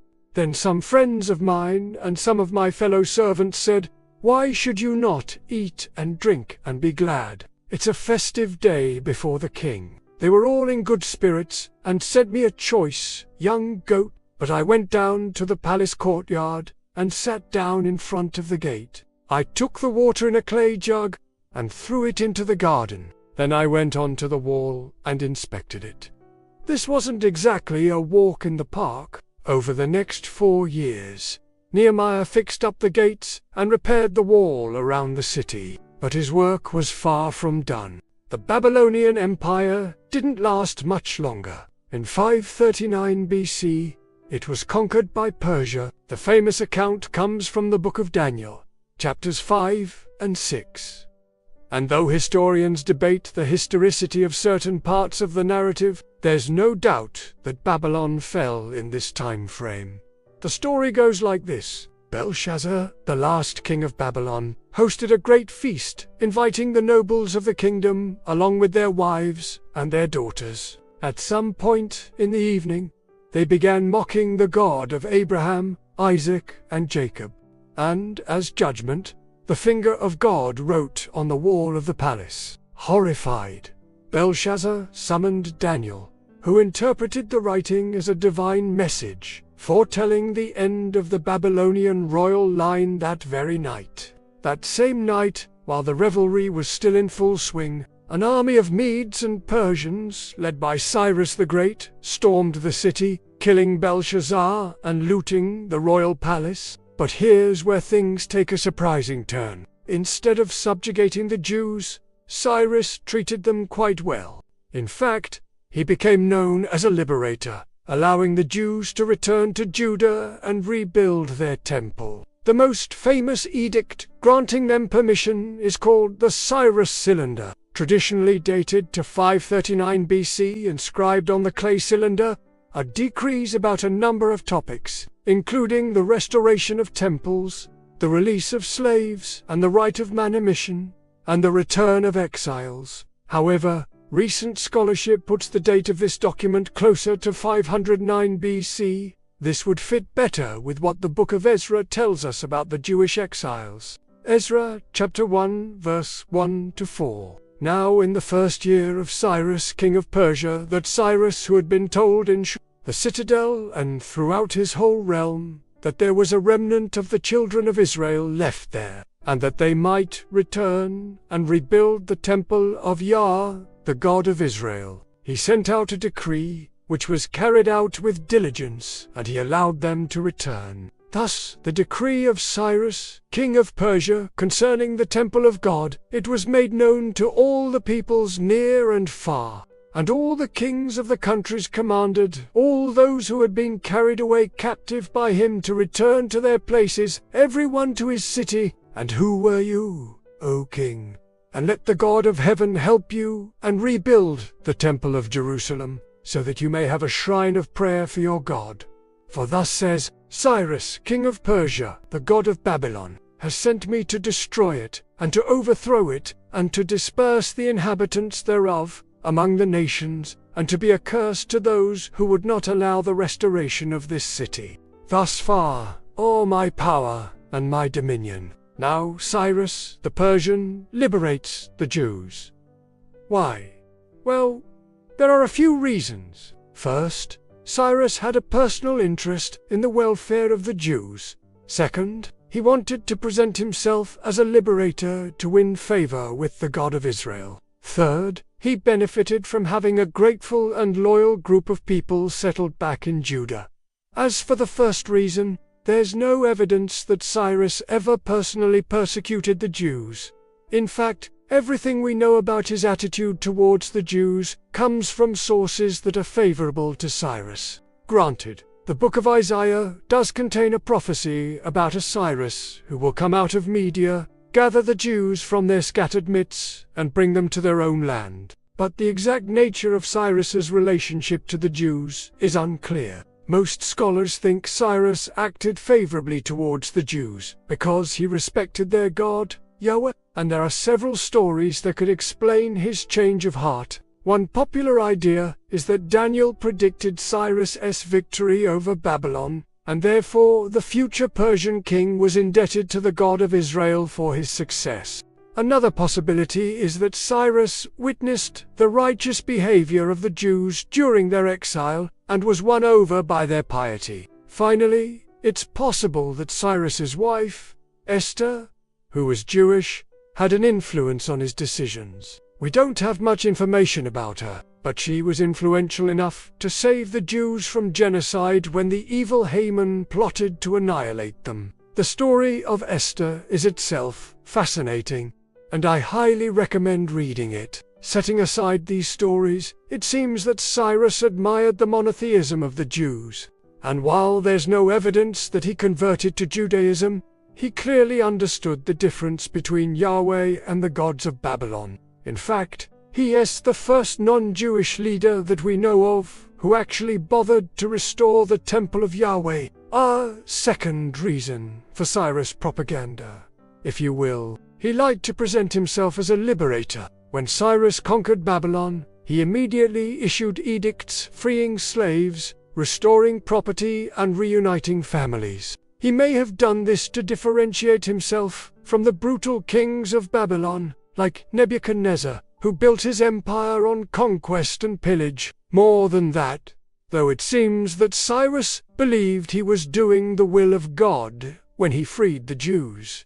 Remember the Cyrus cylinder? It reads, "I am Cyrus, king of the world, the anointed of the Lord." He is claiming that Yahweh has appointed him to overthrow the Babylonians and reinstate the Jews in their homeland. Now, whether or not he genuinely believed that Yahweh spoke directly to him is up for debate. But what's clear is that Cyrus wanted to associate himself with the God of Israel, and what better way to do so than to return the Jews to their home and help them rebuild their magnificent temple?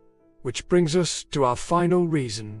Practicality. Cyrus benefited greatly from having a grateful and loyal group of people settled in Judah. See, Babylon was an extremely diverse empire. It contained people from dozens of different cities and nations. To maintain control over such a diverse population, Cyrus needed allies. The Jews were perfect subjects for him to court. Not only were they numerous, having been increased in population during their time in exile, they were organized, disciplined, and shared a common culture and language. By treating them well, Cyrus could expect their loyalty and support in running his vast empire, and this alliance paid off. After the fall of Babylon, Cyrus ruled over an even larger area than his predecessors ever did, conquering Thrace in the west and parts of Central Asia in the east. To conclude, we must admit that the transition from tyrannical oppressor to liberator was a complicated process, both in reality and in the eyes of the Jews. While Cyrus did allow the Jews to return to Judah and rebuild their temple, the reality of life under the Persians was mixed. For one thing, Cyrus wasn't the only Persian king. his successors weren't as keen on championing the rights of the Jews. And there are several stories in the books of Nehemiah and Esther about anti-Jewish decrees. Furthermore, many Jews never returned to the land of Judah. Some remained in Babylon, and many others settled in the region around the Persian Empire. Still, given the circumstances, the Persian kings were relatively tolerant of the Jews, and allowed them to govern themselves according to their laws. And it's hard to deny that Cyrus deserves credit for turning things around. Through a combination of personal experience, divine revelation, and political he became the liberator of the Jews and a legendary figure in Jewish history. I hope you enjoyed today's episode. Be sure to subscribe and leave me a comment. And as always, thanks for watching.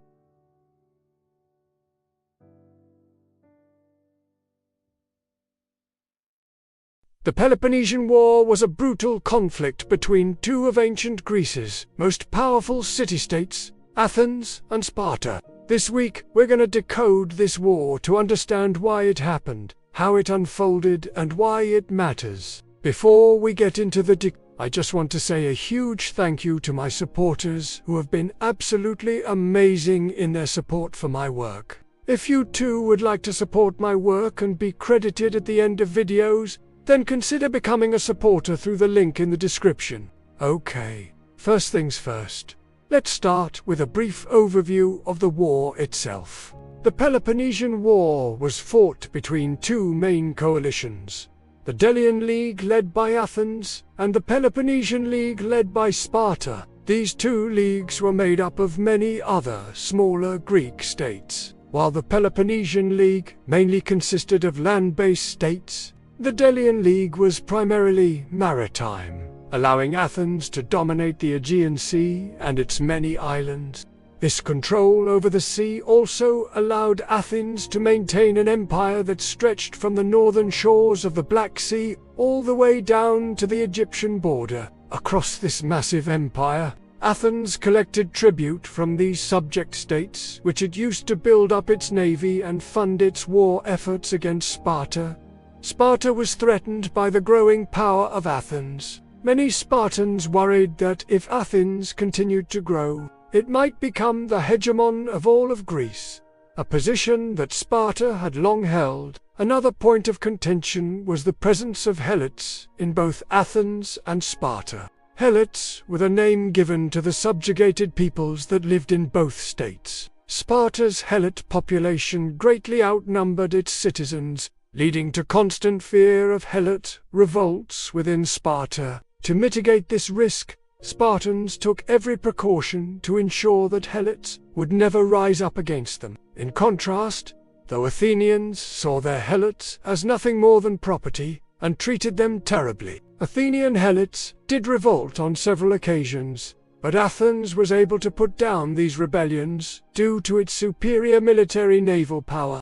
When news of these rebellions reached Sparta, they were seen as proof that Athens needed to be stopped. If Athens could treat its Helots so poorly and still win, then what else to stop it from doing the same to Sparta or even trying to dominate all of Greece? So, while there were multiple factors that contributed to the outbreak of the war, ultimately Sparta's desire to stop the growth of a potentially dangerous Athenian empire was the primary catalyst for the conflict. With that out of the way, let's get into the meat of the decoding. First off, I think it's important to point out that the Peloponnesian War is usually remembered as one of the greatest wars in ancient history. However, when viewed through the lens of total casualties, it really doesn't rank all that high. For example, in the roughly 30 years that the war was fought, somewhere between 200 and 300,000 people died. For some context, during World War II,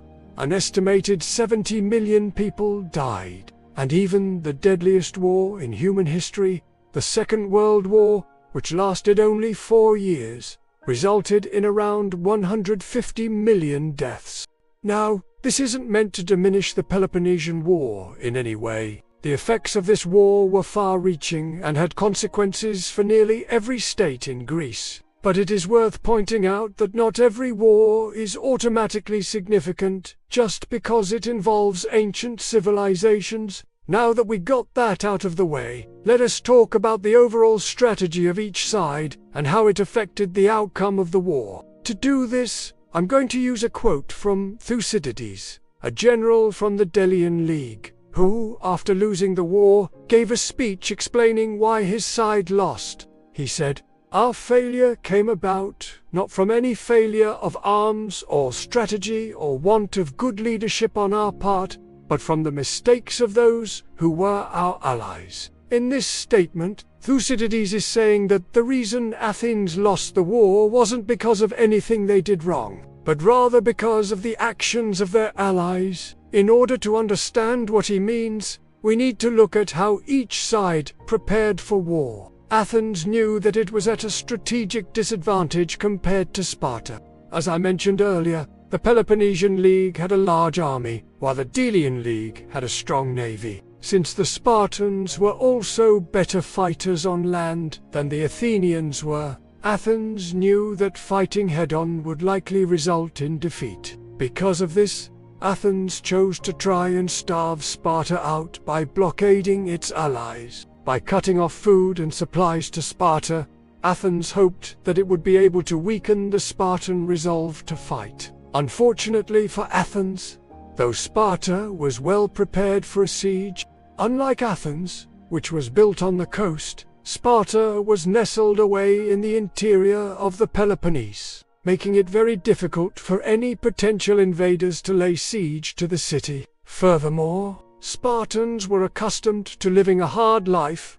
and they were confident that they could endure whatever hardships Athens might throw their way. As it turned out, the Athenians did manage to blockade the Spartans for a few years, but eventually Sparta was able to find alternative trade routes and sustain itself. Athens had hoped that the Spartans would buckle first, but it ended up being the other way around. Another big difference between the two sides was how they approached diplomacy. Remember, Sparta wasn't the only major power in Greece. There were also the Thebans and the Corinthians, both of whom had reasons to want the Athenians gone. Athens knew that it didn't have enough power to take on Sparta alone, so it tried to make alliances with other states in order to strengthen its position. For example, at one point, Athens formed an alliance with the Persians. Despite their many differences, both sides agreed that neither of them liked Sparta.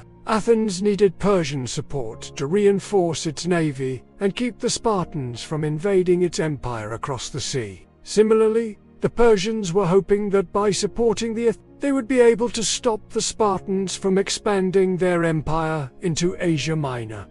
Other notable alliances that Athens made included the Argives and the Overall, though Athens' strategy was to try and assemble as many allies as possible to counter the Spartans, Sparta, on the other hand, took a different approach. Instead of trying to assemble a coalition, Sparta kept to itself and relied on its own strength to win the war. This decision proved to be costly for Sparta, because it ended up fighting on multiple fronts at once. While Sparta was initially successful on the battlefield, as the war dragged on, it became increasingly difficult to sustain its victories without allies. Eventually, Sparta had to form alliances with the Corinthians and the Thebans in order to defeat the Alright, now let's move on to talking about some of the most important battles of the war. The first battle I want to discuss is the Battle of Marathon. This battle took place early on in the war and was one of the most decisive moments in its entire history. Early in the conflict, the Persians invaded Greece in an attempt to punish the Athenians for their alliance with the Persians. While the Persians vastly outnumbered the Athenians refused to back down.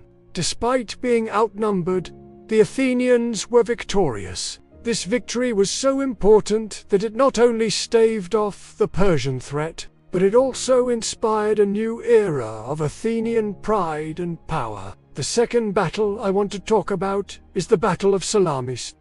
The Battle of Salamis was another pivotal moment in the war. It pitted the navies of the Delian League against the combined fleets of the Persian Empire and the Peloponnesian League. While the Spartans were eager to see the Persians join the war, they soon realized that having two enemies was more trouble than it was worth. That's because the Persians brought with them thousands of troops, but very few of them were actual soldiers. Most of the Persian troops were sailors, which meant that if the Persians were defeated, there wouldn't be any survivors to man their ship. With no way of transporting their troops back home, the Persians would be forced to stay in Greece and fight alongside the Spartans. Needless to say, Sparta wasn't thrilled at the prospect of having to share the spoils of war with the Persians, so it encouraged them to go home after the battle. To its relief, the Persian king was happy to accept this offer and depart.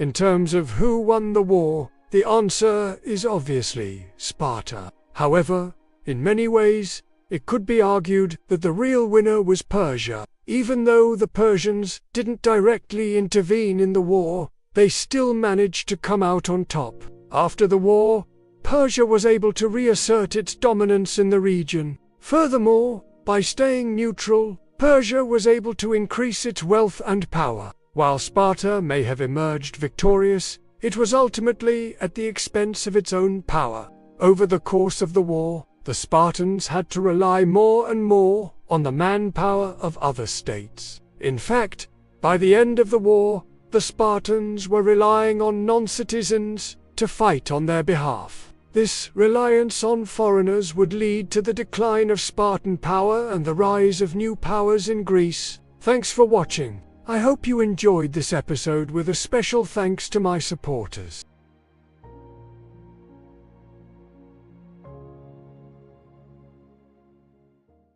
We've all heard of the Spartan, those super disciplined warriors with their sick hoplite armor and their badass helmets, with the red, angry eyebrows.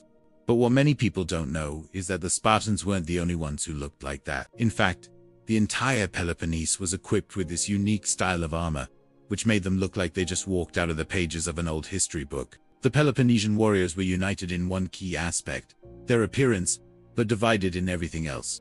They were constantly at each other's throats, fighting over land, resources, and power. And this struggle was so intense that it would eventually break out into the most devastating war in the ancient Greek world. A war that pitted neighbor against neighbor, friend against friend, and even family against family. This was the Peloponnesian War, a conflict so complex that its story can only be told through the tales of battles, betrayals, and alliances.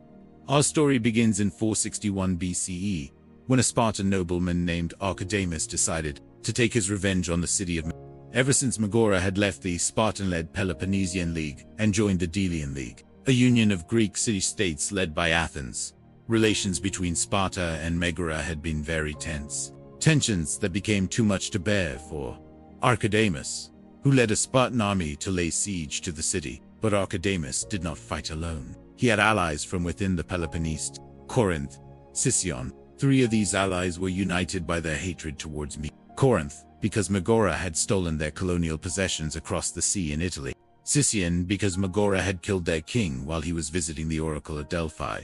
And Phlius, because Megara had seized some of their territory. Sparta may have been the powerhouse of the Peloponnese, but they needed all the help they could get if they wanted to defeat the powerful Argives.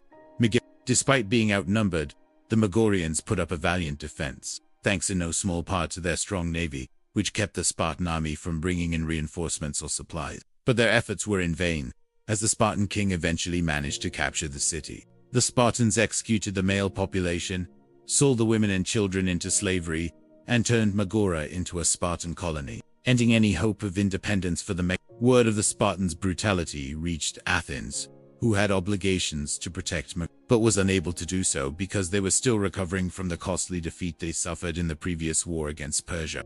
Athens and her allies would come to regret this decision, because the Spartans would use their victory as momentum to declare war on Athens and her allies. Starting off with the neutral city of Mantinea had never been a part of the Delian League, but she had good trading relations with Athens. So when Sparta came knocking, demanding that she join the Peloponnesian League, she refused. In response, Sparta and her allies laid siege to the city. At first, things were looking bleak for Mantinea, as the combined might of the Peloponnesian League was too much to bear. But just when it seemed that the end was near, reinforcements arrived. Leading the relief force was none other than the great general of Athens, Cimon, who managed to scare away the besiegers and bring back stability to the city. Once he left, however, Sparta seized Mantinea once again, and this time they would not make the same mistake they made before. They left a garrison to keep the city under control and set out to finish what they started. This time Cimon would not be there to save the day, as he had recently passed away. But Athens would still send another great general, the brilliant tactician and future statesman Nicias managed to lift the siege and brought Mantinea back into Athenian good graces, securing their alliance for the remainder of the war. As Nicias was marching back to Athens, however, news arrived that sent shockwaves throughout the city. The Spartans had invaded Attica, the region around Athens, and were pillaging everything in sight. Nicias immediately dropped everything and raced towards the front lines to stop the Spartan advance. He would meet the Spartan army at the Battle of Eno. The Athenian force was bigger, thanks to the reinforcements that had been sent to aid. But despite having more soldiers, the Athenians were outmaneuvered by the Spartans and almost lost the battle, until Nicias rallied his troops and launched a counter. The Athenians ended up winning a minor victory, but both sides claimed it as a triumph, and peace returned to Attica until the next Spartan invasion 4 years later. This time Nicias was prepared and met the Spartan army at the Battle of Tanais. The outcome of this battle would have a profound effect on the course of the war, because unlike the inconclusive battle at Inophyta this time, the Spartans would win a decisive victory and claim all of Boeotia as a Spartan and Peloponnesian ally. At the beginning of the war, the Spartans had focused on conquering the Peloponnese, but now they were eyeing Attica. Nicias knew this, and after regrouping his forces, he marched into Boeotia to prevent them from doing so. Nicias and the Spartans would meet at the Battle of Leucas. This time, Nicias would be the one to suffer a decisive defeat, which allowed the Spartans to lay siege to Athens. With the Athenian navy keeping the Spartan fleet at bay, the Athenians were confident that they could hold out until the end. But they hadn't counted on the tenacity of the Spartans, who would lay siege to the city for no less than 4 years. The Spartans fought so hard to conquer Athens, because it was the key to breaking the Delian League and ending the war. And the Athenians fought so hard to hold out, because giving up meant losing their empire and influence. As the years passed, the Athenian resolve started to crumble as their food supplies dwindled, and disease began to spread throughout the city. Finally, in 421 BCE, both sides would agree to a truce, which would allow the Spartans to capture Athens and the Peloponnese. But the rest of Greece remained in Athenian hands, along with the loyalty of two key allies, the Argives and the Corinthians. To secure the Argives' loyalty, Athens agreed to marry their king Leotychides to an Athenian noblewoman. Meanwhile, to secure the Corinthians, Athens went out of her way to insult them. After a group of Corinthians attacked an Athenian ship, Athens took it upon herself to attack and sack the Corinthian city of Samos. In response, the Corinthians would switch sides and welcome the Spartans with open arms.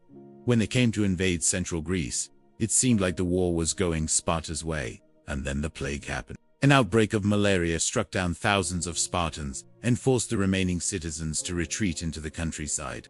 The Athenians, seeing an opportunity to turn the tide of war in their favor, invaded the Peloponnese, forcing the Spartans to abandon their invasion of central Greece and go home. When the Spartans realized that the Athenians were taking advantage of their absence to pillage their homeland, they tried to stop them. But the Athenians proved to be too much to handle, and the Spartans were forced to sue for peace. However, the treaty was broken soon after, as Sparta switched sides and invaded Attica once again. But their invasion would be short-lived, as Cleon, an ambitious and hot-headed politician, would lead a surprise attack on the Spartan army and force them back to Sparta. Cleon then continued his campaign of terror by invading the Peloponnese, pillaging the countryside and destroying whatever he could find. Corinth was hit especially hard, which caused them to switch sides once again and seek Athenian protection. In the meantime, Cleon turned his attention to Melos, a neutral island that was known for its wealth and strategic location. The Athenians would lay siege to the city, but the Melian resistance was fierce. Cleon grew impatient and gave the order to assault the city. But after suffering heavy casualties, he was forced to withdraw his troops. As the siege dragged on, Cleon was recalled to Athens to deal with an internal revolt. And once he was gone, the Melians broke out of the siege and sought refuge in Sparta. This enraged the Athenians, who would make an example of Melos to show everyone what would happen if they sided with Sparta. The Athenians would lay siege to the island once again, but this time they wouldn't take prisoners. the men were put to death, and the women and children were sold into slavery. And that brings us to the end of our story, the point where all the allies and betrayals finally come together in a last-ditch effort to win the war. Sparta calls upon all her allies to invade Attica, while she herself marches towards Athens. Will Athens fall? Will Sparta? Or will this war drag on for even longer? I guess we'll have to find out next time. Thanks for watching.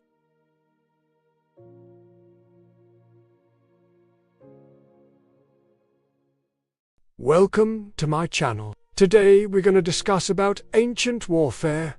Click the subscribe button below to get update content. In 366 BC, the Greeks of the coastlands were shocked when an immense army swept through their cities, pillaging and burning as it went. Before sailing back across the Aegean Sea, the leader of this force was Artaxerxes, the second king of kings of the Achaemenid Empire.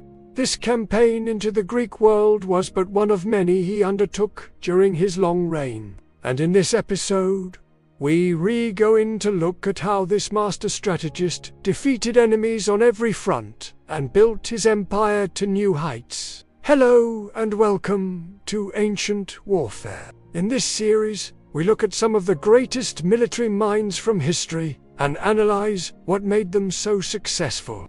In previous episode, we looked at Cyrus the Great, the founder of the Achaemenid Empire, and now we turn to his son and the man who turned the Achaemenid Empire into a true superpower. Unlike his father, little is known about Artaxerxes' early life. We don't even know exactly when he was born, though most scholars place it somewhere around 475 BC. What we do know is that he was the oldest son of Cyrus and his wife, the Persian princess. After Cyrus' conquest of Lydia, the royal couple established a new capital at the Lydian city of Sardis, and it seems likely that Artaxerxes spent much of his childhood here. During his reign, Artaxerxes would return to Sardis, which remained the administrative center of the empire, while Persepolis served as the ceremonial capital. When Cyrus conquered Babylon in 539 BC, he famously allowed the Jews to return to Judah and rebuild their temple. It seems that he respected other religions, and this attitude toward diversity was likely instilled in Artaxerxes as well. He too would allow the Jews to rebuild their temple, and generally he was tolerant of other faiths within his vast empire. One example of his open-minded nature can be seen in the famous reliefs at Persepolis, where you can see figures from different parts of his empire participating in religious ceremonies.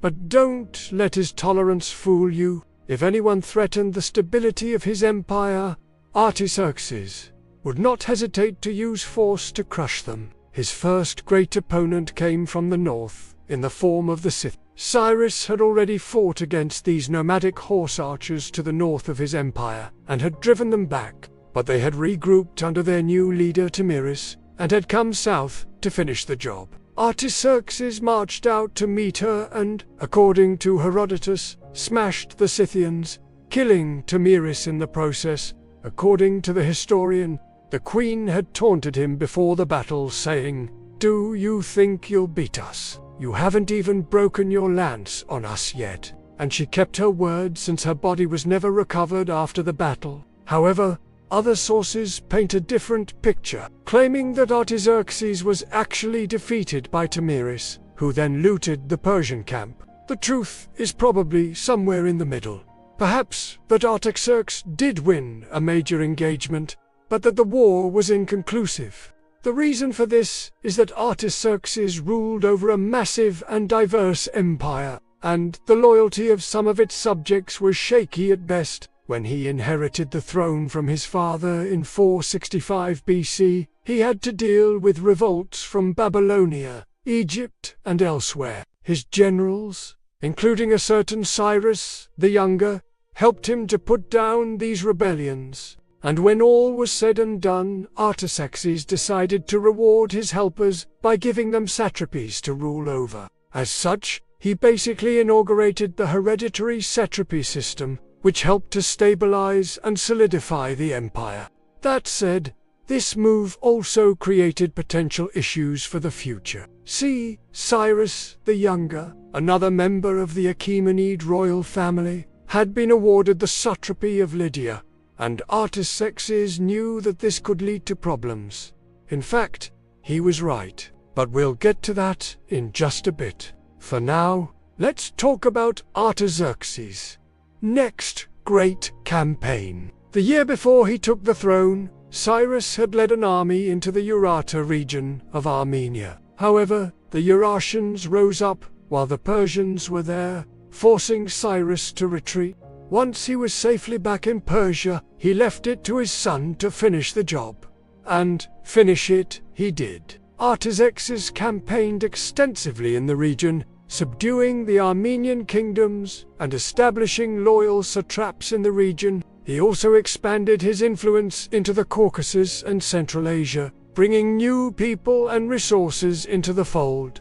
But he wasn't done. To the west, the Greeks were a constant thorn in the side of the Achaemenid Empire. Not only did they control valuable trade centers, but they also seemed intent on disrupting the empire's western provinces. That's why Artaxerxes decided to teach them a lesson they wouldn't forget. He assembled a massive navy and used it to sail across the Aegean Sea. The Greeks were caught off guard. They tried to resist, but they were no match for the might of the Achaemenid Empire. Cities like Athens and Melos were forced to submit and pay tribute.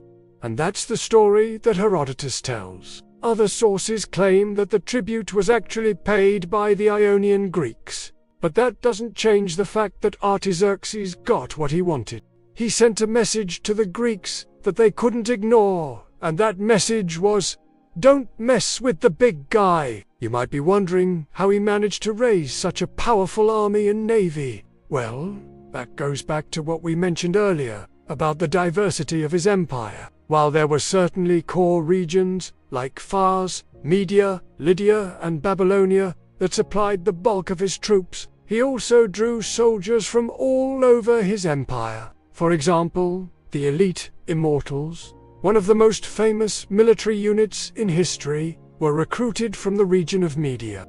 Other units were recruited from places like Cappadocia, Bactria, and Susa, and we have evidence that cavalry was often supplied by non-Persian cities. So we can see that Artaxerxes fielded a truly multinational force. And he didn't just use brute force either, he also employed brilliant strategies to defeat his enemies. Take the Battle of the River Boats, for instance, where he faced off against the combined armies of the Scythians, Cimmerians, and Eurasians.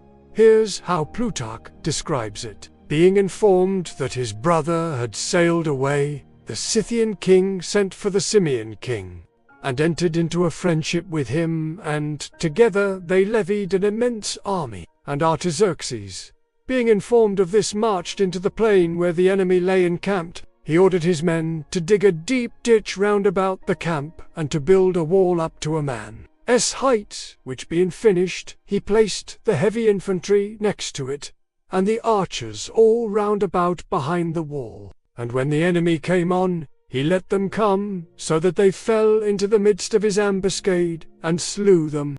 Thenceforward he pursued them, and utterly routed them. Yet still the Scythians and Cimmerians did not desist from their attacks upon the Persians, but the barbarians who dwelt in those parts afterward did join the Persians, being tired of the wars. This is a classic example of Artaxerxes' patience and cunning. He let his enemies come to him, knowing that they would eventually make a mistake. And when they did, he was ready to capitalize on it. Unfortunately for Artaxerxes, his enemies included members of his own family. Cyrus the Younger had grown discontented with his lot, and had conspired with other members of the royal family to depose Artaxerxes. However, the plot was discovered, and a civil war broke out. In 405 BC, Cyrus raised an army and marched on Ecbatana, the Median capital. There he met his end in battle against his brother's forces. And with Cyrus dead, the rebellion collapsed. It was a bitter victory for Artaxerxes, and it hurt his relationship with the nobility. which he had alienated with his purges. To help make amends, he embarked on one last great building project at Persepolis. He added to the reception halls started by his father and completed the famous Apadana Palace. These structures represented the wealth and power of the empire, and they were also intended to impress the visiting nobility. Unfortunately, his successor, Ocus, destroyed much of the palace complex, but enough remains for us to marvel at the engineering and artistry of the Achaemenid Persians. After his building projects were finished, Artaxerxes began to wind down his reign. He named his eldest son, also named Artaxerxes, as his heir and prepared to pass the torch. He died in 359 BC, after reigning for 68 years. He left behind an empire that stretched from Central Asia to the Mediterranean, and from Anatolia to India. It was the largest empire the world had ever seen up to that point, and it had been built on the foundation of military excellence and masterful strategy. Artaxerxes, too, was one of the most successful commanders in history. He won battles on land and sea, crushed rebellions, and imposed order on his far-flung empire. His victories allowed him to acquire more wealth and resources, which in turn allowed him to raise even larger armies. In that way, he was able to conquer new lands and bring more people under his sway. And that's the secret to Artaxerxes' success. It was a cycle that fueled his empire and drove him to new heights. What did you find most impressive about Artaxerxes? Let me know in the comments below. And if you enjoyed this episode, please remember to hit the thumbs up button and share it with others. Thanks to my supporters for making this video possible. Be sure to check out the podcast channel or click the link in the description below to listen to more episodes.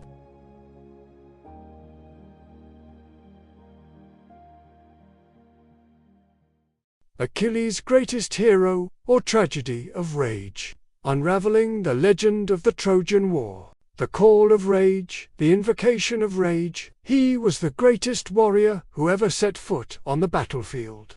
Unmatched, invincible, and believed to be the equal of the gods. Yet, his life story begins with a single, devastating word: Menon rage. Welcome back to Retcher Production. Today, we are discussing not just a hero, but an eternal paradox, Achilles, the central figure of Homer's Iliad. He is the symbol of Kleos' undying glory, yet also a tragedy born from hubris, overwhelming pride. In the next 12 minutes, we will unpack: where did his legendary invincibility come from? Why did he withdraw from the fight? And how did one choice driven by ego ultimately determine the fate of the entire Trojan War? Get ready, because this is the story of how one man's rage could shake the thrones of the gods. Divine birth and the fateful choice. Achilles was no ordinary mortal. He was the product of a marriage orchestrated by fate. His father, Peleus, was a human king, and his mother, Thetis, was a Nereid, or sea goddess. Ironically, it was this very wedding that indirectly sparked the Trojan War through the event of the Judgment of Paris. The most famous legend states that Thetis dipped Achilles into the river Styx to make him immortal. However, the spot she held his left heel was untouched by the sacred water, making it his single point of vulnerability. This is the origin of the iconic phrase, Achilles' heel. Myth vs. Homer fact.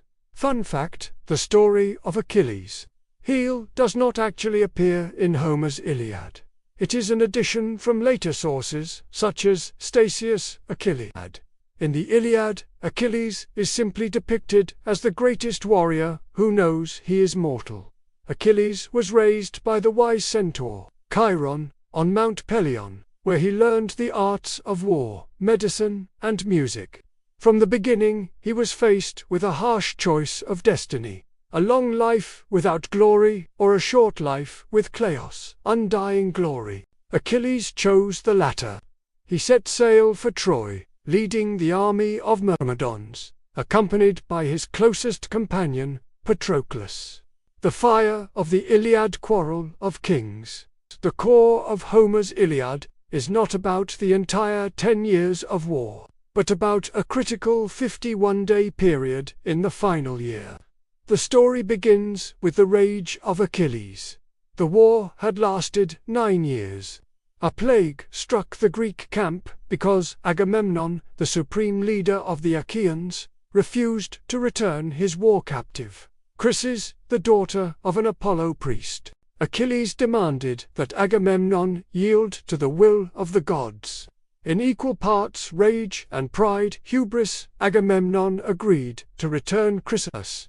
But in retaliation, he seized Briseis, Achilles' own prize of war. For a Greek hero, a war prize, or giras, was the physical representation of his honor, or tim. When Agamemnon took Briseis, he didn't just take a woman. He stripped Achilles of his honor in front of the entire army. Achilles was furious. He stood at the brink of killing Agamemnon but was restrained by the goddess Athena. His reaction? He withdrew from the battle. He pleaded with his mother Thetis to ask Zeus to side with the Trojans, so that the Greek army would suffer defeat and realize how desperately they needed him. Achilles' choice. Now, let's get interactive.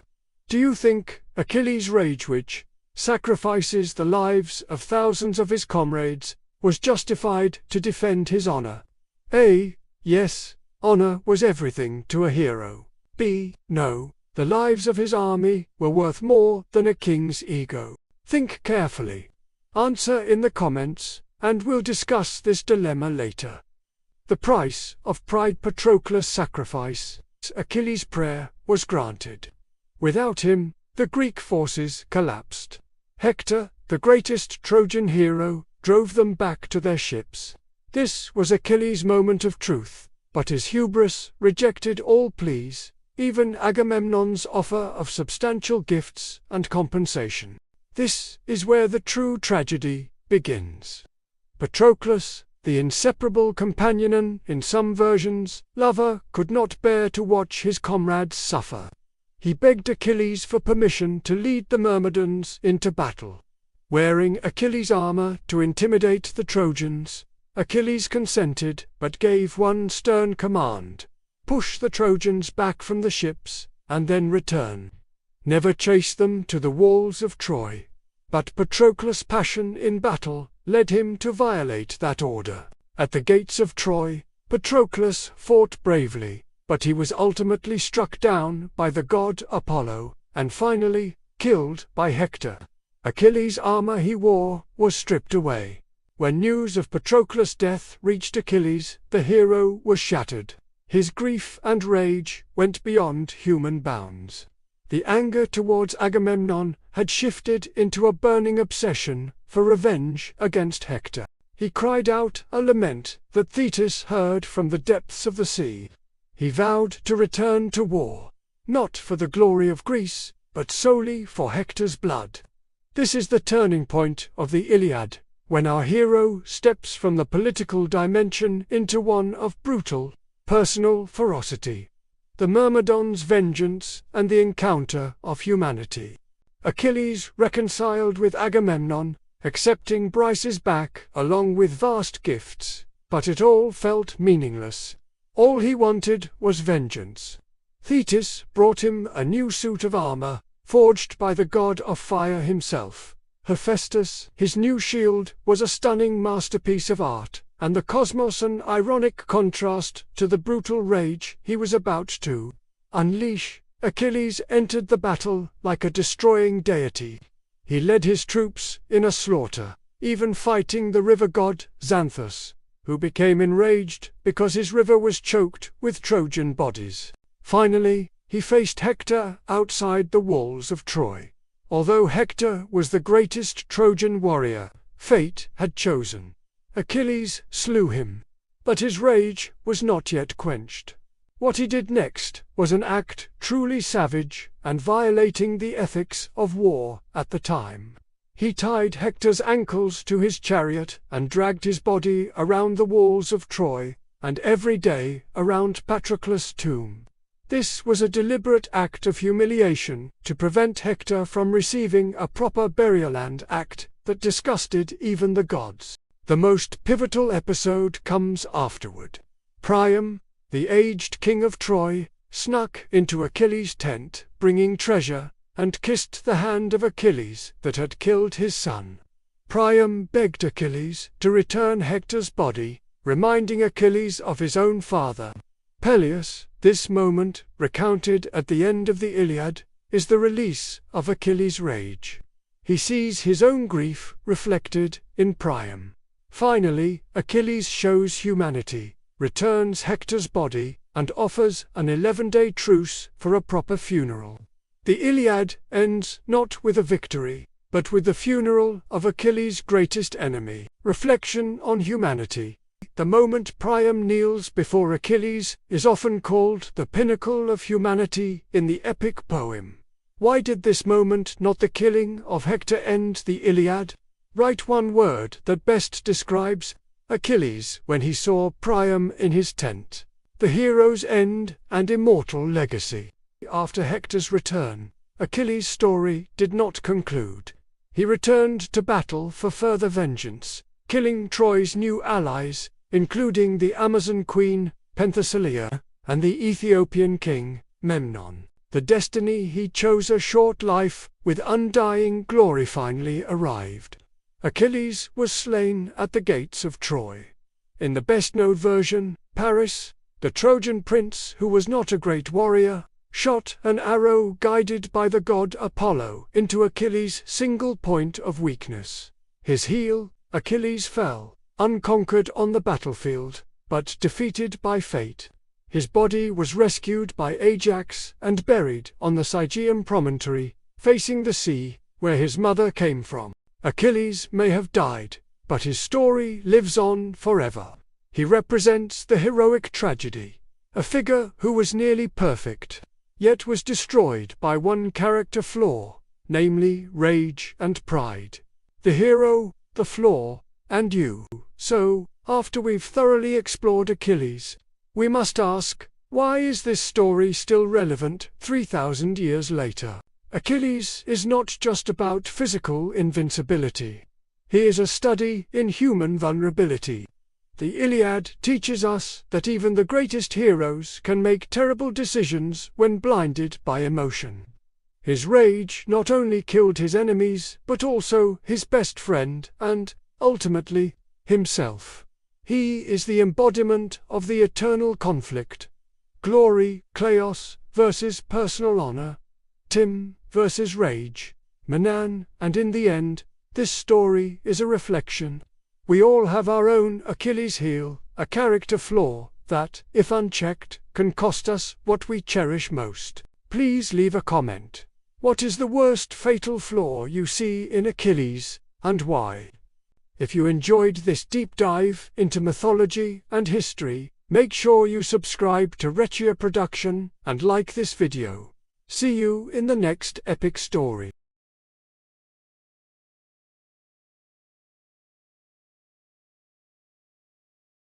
The first thing to understand is that this was a very different world from ours. The people of ancient Greece were not like us today. They were much more tribal and were more concerned with honor and glory than we are. And so when a war broke out, it wasn't just about winning or losing. It was also about who was to blame for the war and who was responsible for ending it. And it wasn't just the Greeks who were obsessed with honor and glory. The Achaemenid Persians were just as bad. In fact, they were even worse.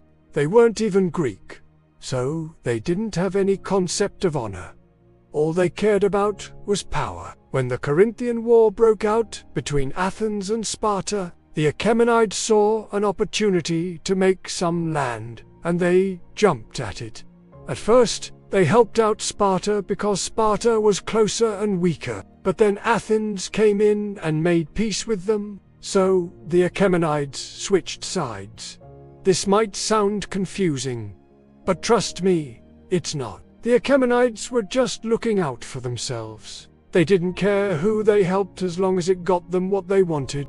In the end, They ended up controlling the Aegean Sea, and that gave them access to the riches of the Greek city. But their influence went far beyond the sea. They had agents everywhere, even in Athens and Sparta. And these agents would do anything to get their hands on power, even murder. That's right. When the fighting was over and the allies of Sparta were meeting together to decide what to do next, the Achaemenid king sent his agent into the middle of the assembly and killed the Spartan king's brother. Now that's cold-blooded murder if I've ever seen one. But it gets worse. After he killed the king's brother, the agent didn't even try to run away. He just stood there and waited for the Spartans to arrest him. And when they did, he said, "You can't do anything to me." He told them that he was the ambassador of the great king Darius, and that if they harmed him, Darius would declare war on Sparta. Now, this was a big problem for the Spartans. On the one hand, they didn't want to go to war with Persia again. They had fought against them before, and it hadn't gone well. But on the other hand, this guy had just murdered one of their most important people, and they couldn't let that go. In the end, they decided to play hardball. They threw the Persian ambassador in jail and said, "If you want to declare war, go ahead. We're not afraid of you." Now, this was a risky move. The Spartans knew that if the Persians did declare war, they would have to fight on two fronts. Not only would they have to worry about the Persian army coming through the land, but they would also have to worry about the Persian navy coming through the sea. But the Spartans were confident that they could handle the Persians. They had a strong army and they were willing to fight. But the Persians never did declare war. Instead, they made a deal with Sparta. Now, this was a humiliating deal. The Persians basically told the Spartans, "You're not strong enough to rule over the Greeks, so why don't you let us do it instead?" The Spartans agreed. And so the Achaemenids took control of the Aegean Sea. They also got to keep the Persian ambassador, which meant that the Spartans had to pay a lot of money to get him back. But despite all this, it was a good deal for the Spartans. You see, the biggest threat to Sparta was Athens, and by making peace with the Persians, Sparta was essentially getting Athens to agree to stop being a naval power. That's because Athens had lost its empire and was now just a city. The Spartans didn't want Athens to become a naval power again, and the Achaemenids agreed to help them prevent that. Now, you might be wondering why the Athenians agreed to this. Why would they give up their empire? Well, it's because they didn't have a choice. The Achaemenids had blockaded their ports and were threatening to invade. Athens had nowhere to turn. They couldn't ask Sparta for help because Sparta hated them. And they couldn't ask the other city-states for help, because they had all sided with Sparta. Athens was completely isolated, and they knew that if they didn't give up, things would get much worse. In the end, the Achaemenids won the war, and they got everything they wanted. They controlled the Aegean Sea, they had Athenian prisoners, and they had the allegiance of Sparta. But their victory was short-lived. The Achaemenids didn't stay in power for very long. You see, they were too weak to hold on to their empire. As soon as a new and stronger power came along, they lost everything.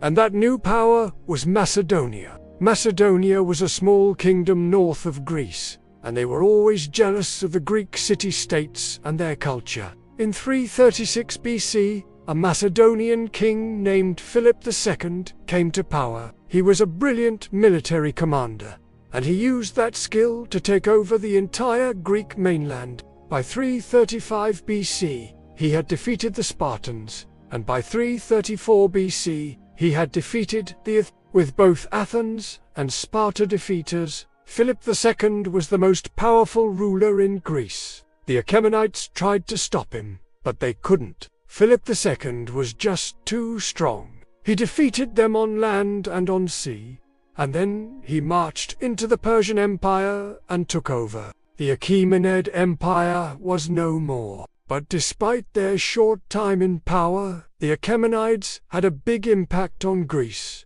They introduced the Greeks to new ideas and technologies, and they also helped to spread Greek culture throughout the Middle East.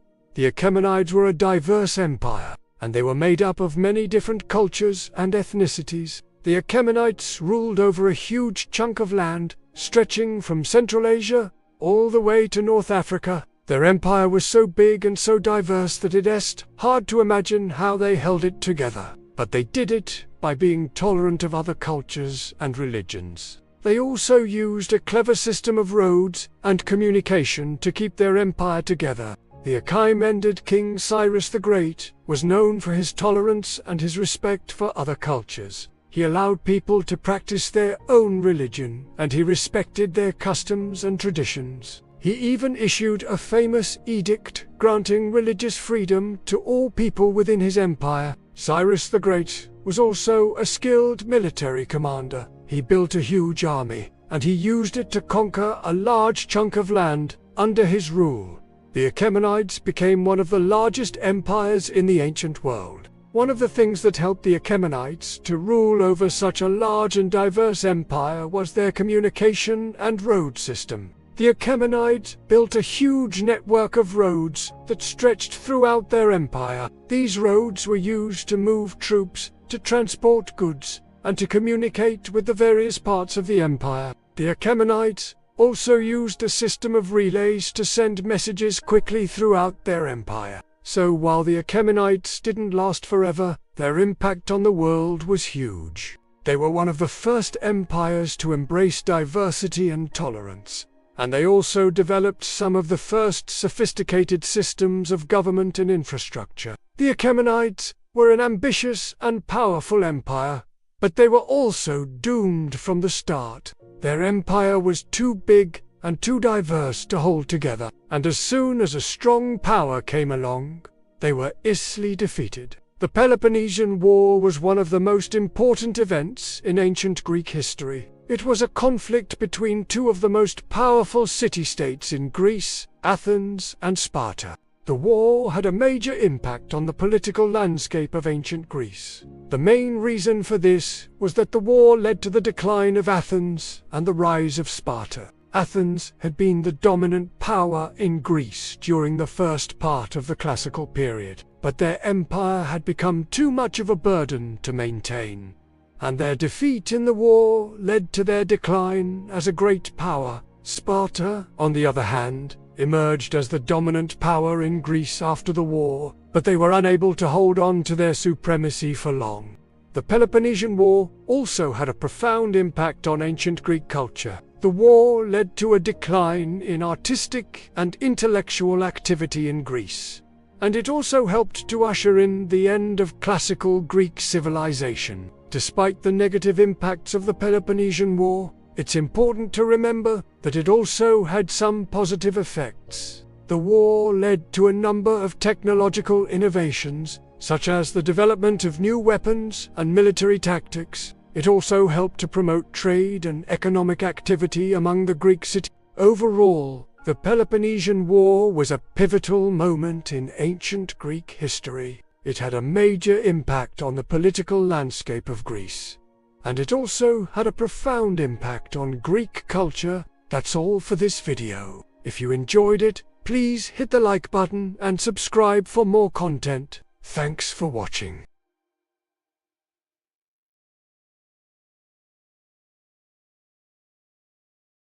Number 7. Walls that echo with history. The ruins of Babylon stand as a testament to the grandeur of ancient Mesopotamian civilization. Among its most iconic structures are the remarkably preserved city walls. These colossal fortifications not only protected the city, but also served as a symbol of Babylon's power and wealth. Although their exact location remains uncertain, it's believed they were situated in the heart of Babylon. According to historical accounts, these breathtaking gardens were created by King Nebuchadnezzar II in the 6th century BC as a gift for his wife, Amytis, who missed the lush greenery of her homeland. Located in the ancient city of Babylon, this colossal structure holds both religious and historical significance. Its story is deeply rooted in the biblical account of the Tower of Babel, which narrates the ambition of humanity to reach the heavens by building a city and a tower so tall that its top would touch the gods. The construction of the tower was undertaken after the Great Flood, with people from various languages coming together to construct it. This house of worship was not just a place of prayer and sacrifice, but also an architectural marvel and a center of political and social life. Known as the Esagila, the temple's towering ziggurat pierced the sky, serving as a visible symbol of Marduk's presence among his people. Its purpose was not just to mark the entry point, but also to act as a ceremonial route for important occasions. During festivals, or when the king entered the city, the procession would travel along this route, making its way through the monumental gate and into the heart of Babylon, named after the goddess Ishtar. This monumental structure was one of the main entrances to the city. Built during the reign of King Nebuchadnezzar II in the 6th century BC, the gate was designed not just as a passageway, but as a symbol of Babylon's wealth and might. Its massive double-leaf doors were crafted from wood and overlaid with gold, creating an imposing and regal entrance to the capital. The gate's exterior was adorned with glazed bricks depicting various scenes, including lions, bulls, dragons, and other mythical creatures. These vivid images served as a way to communicate the strength and divinity associated with the goddess Ishtar. The Ishtar Gate was not only a symbol of Babylon's power, but also a celebration of its cultural achievements. The intricate design and craftsmanship displayed on the gate showcase the skill and creativity of the Babylonian artists. Sadly, the gate was heavily damaged over the centuries, with large sections destroyed and lost forever.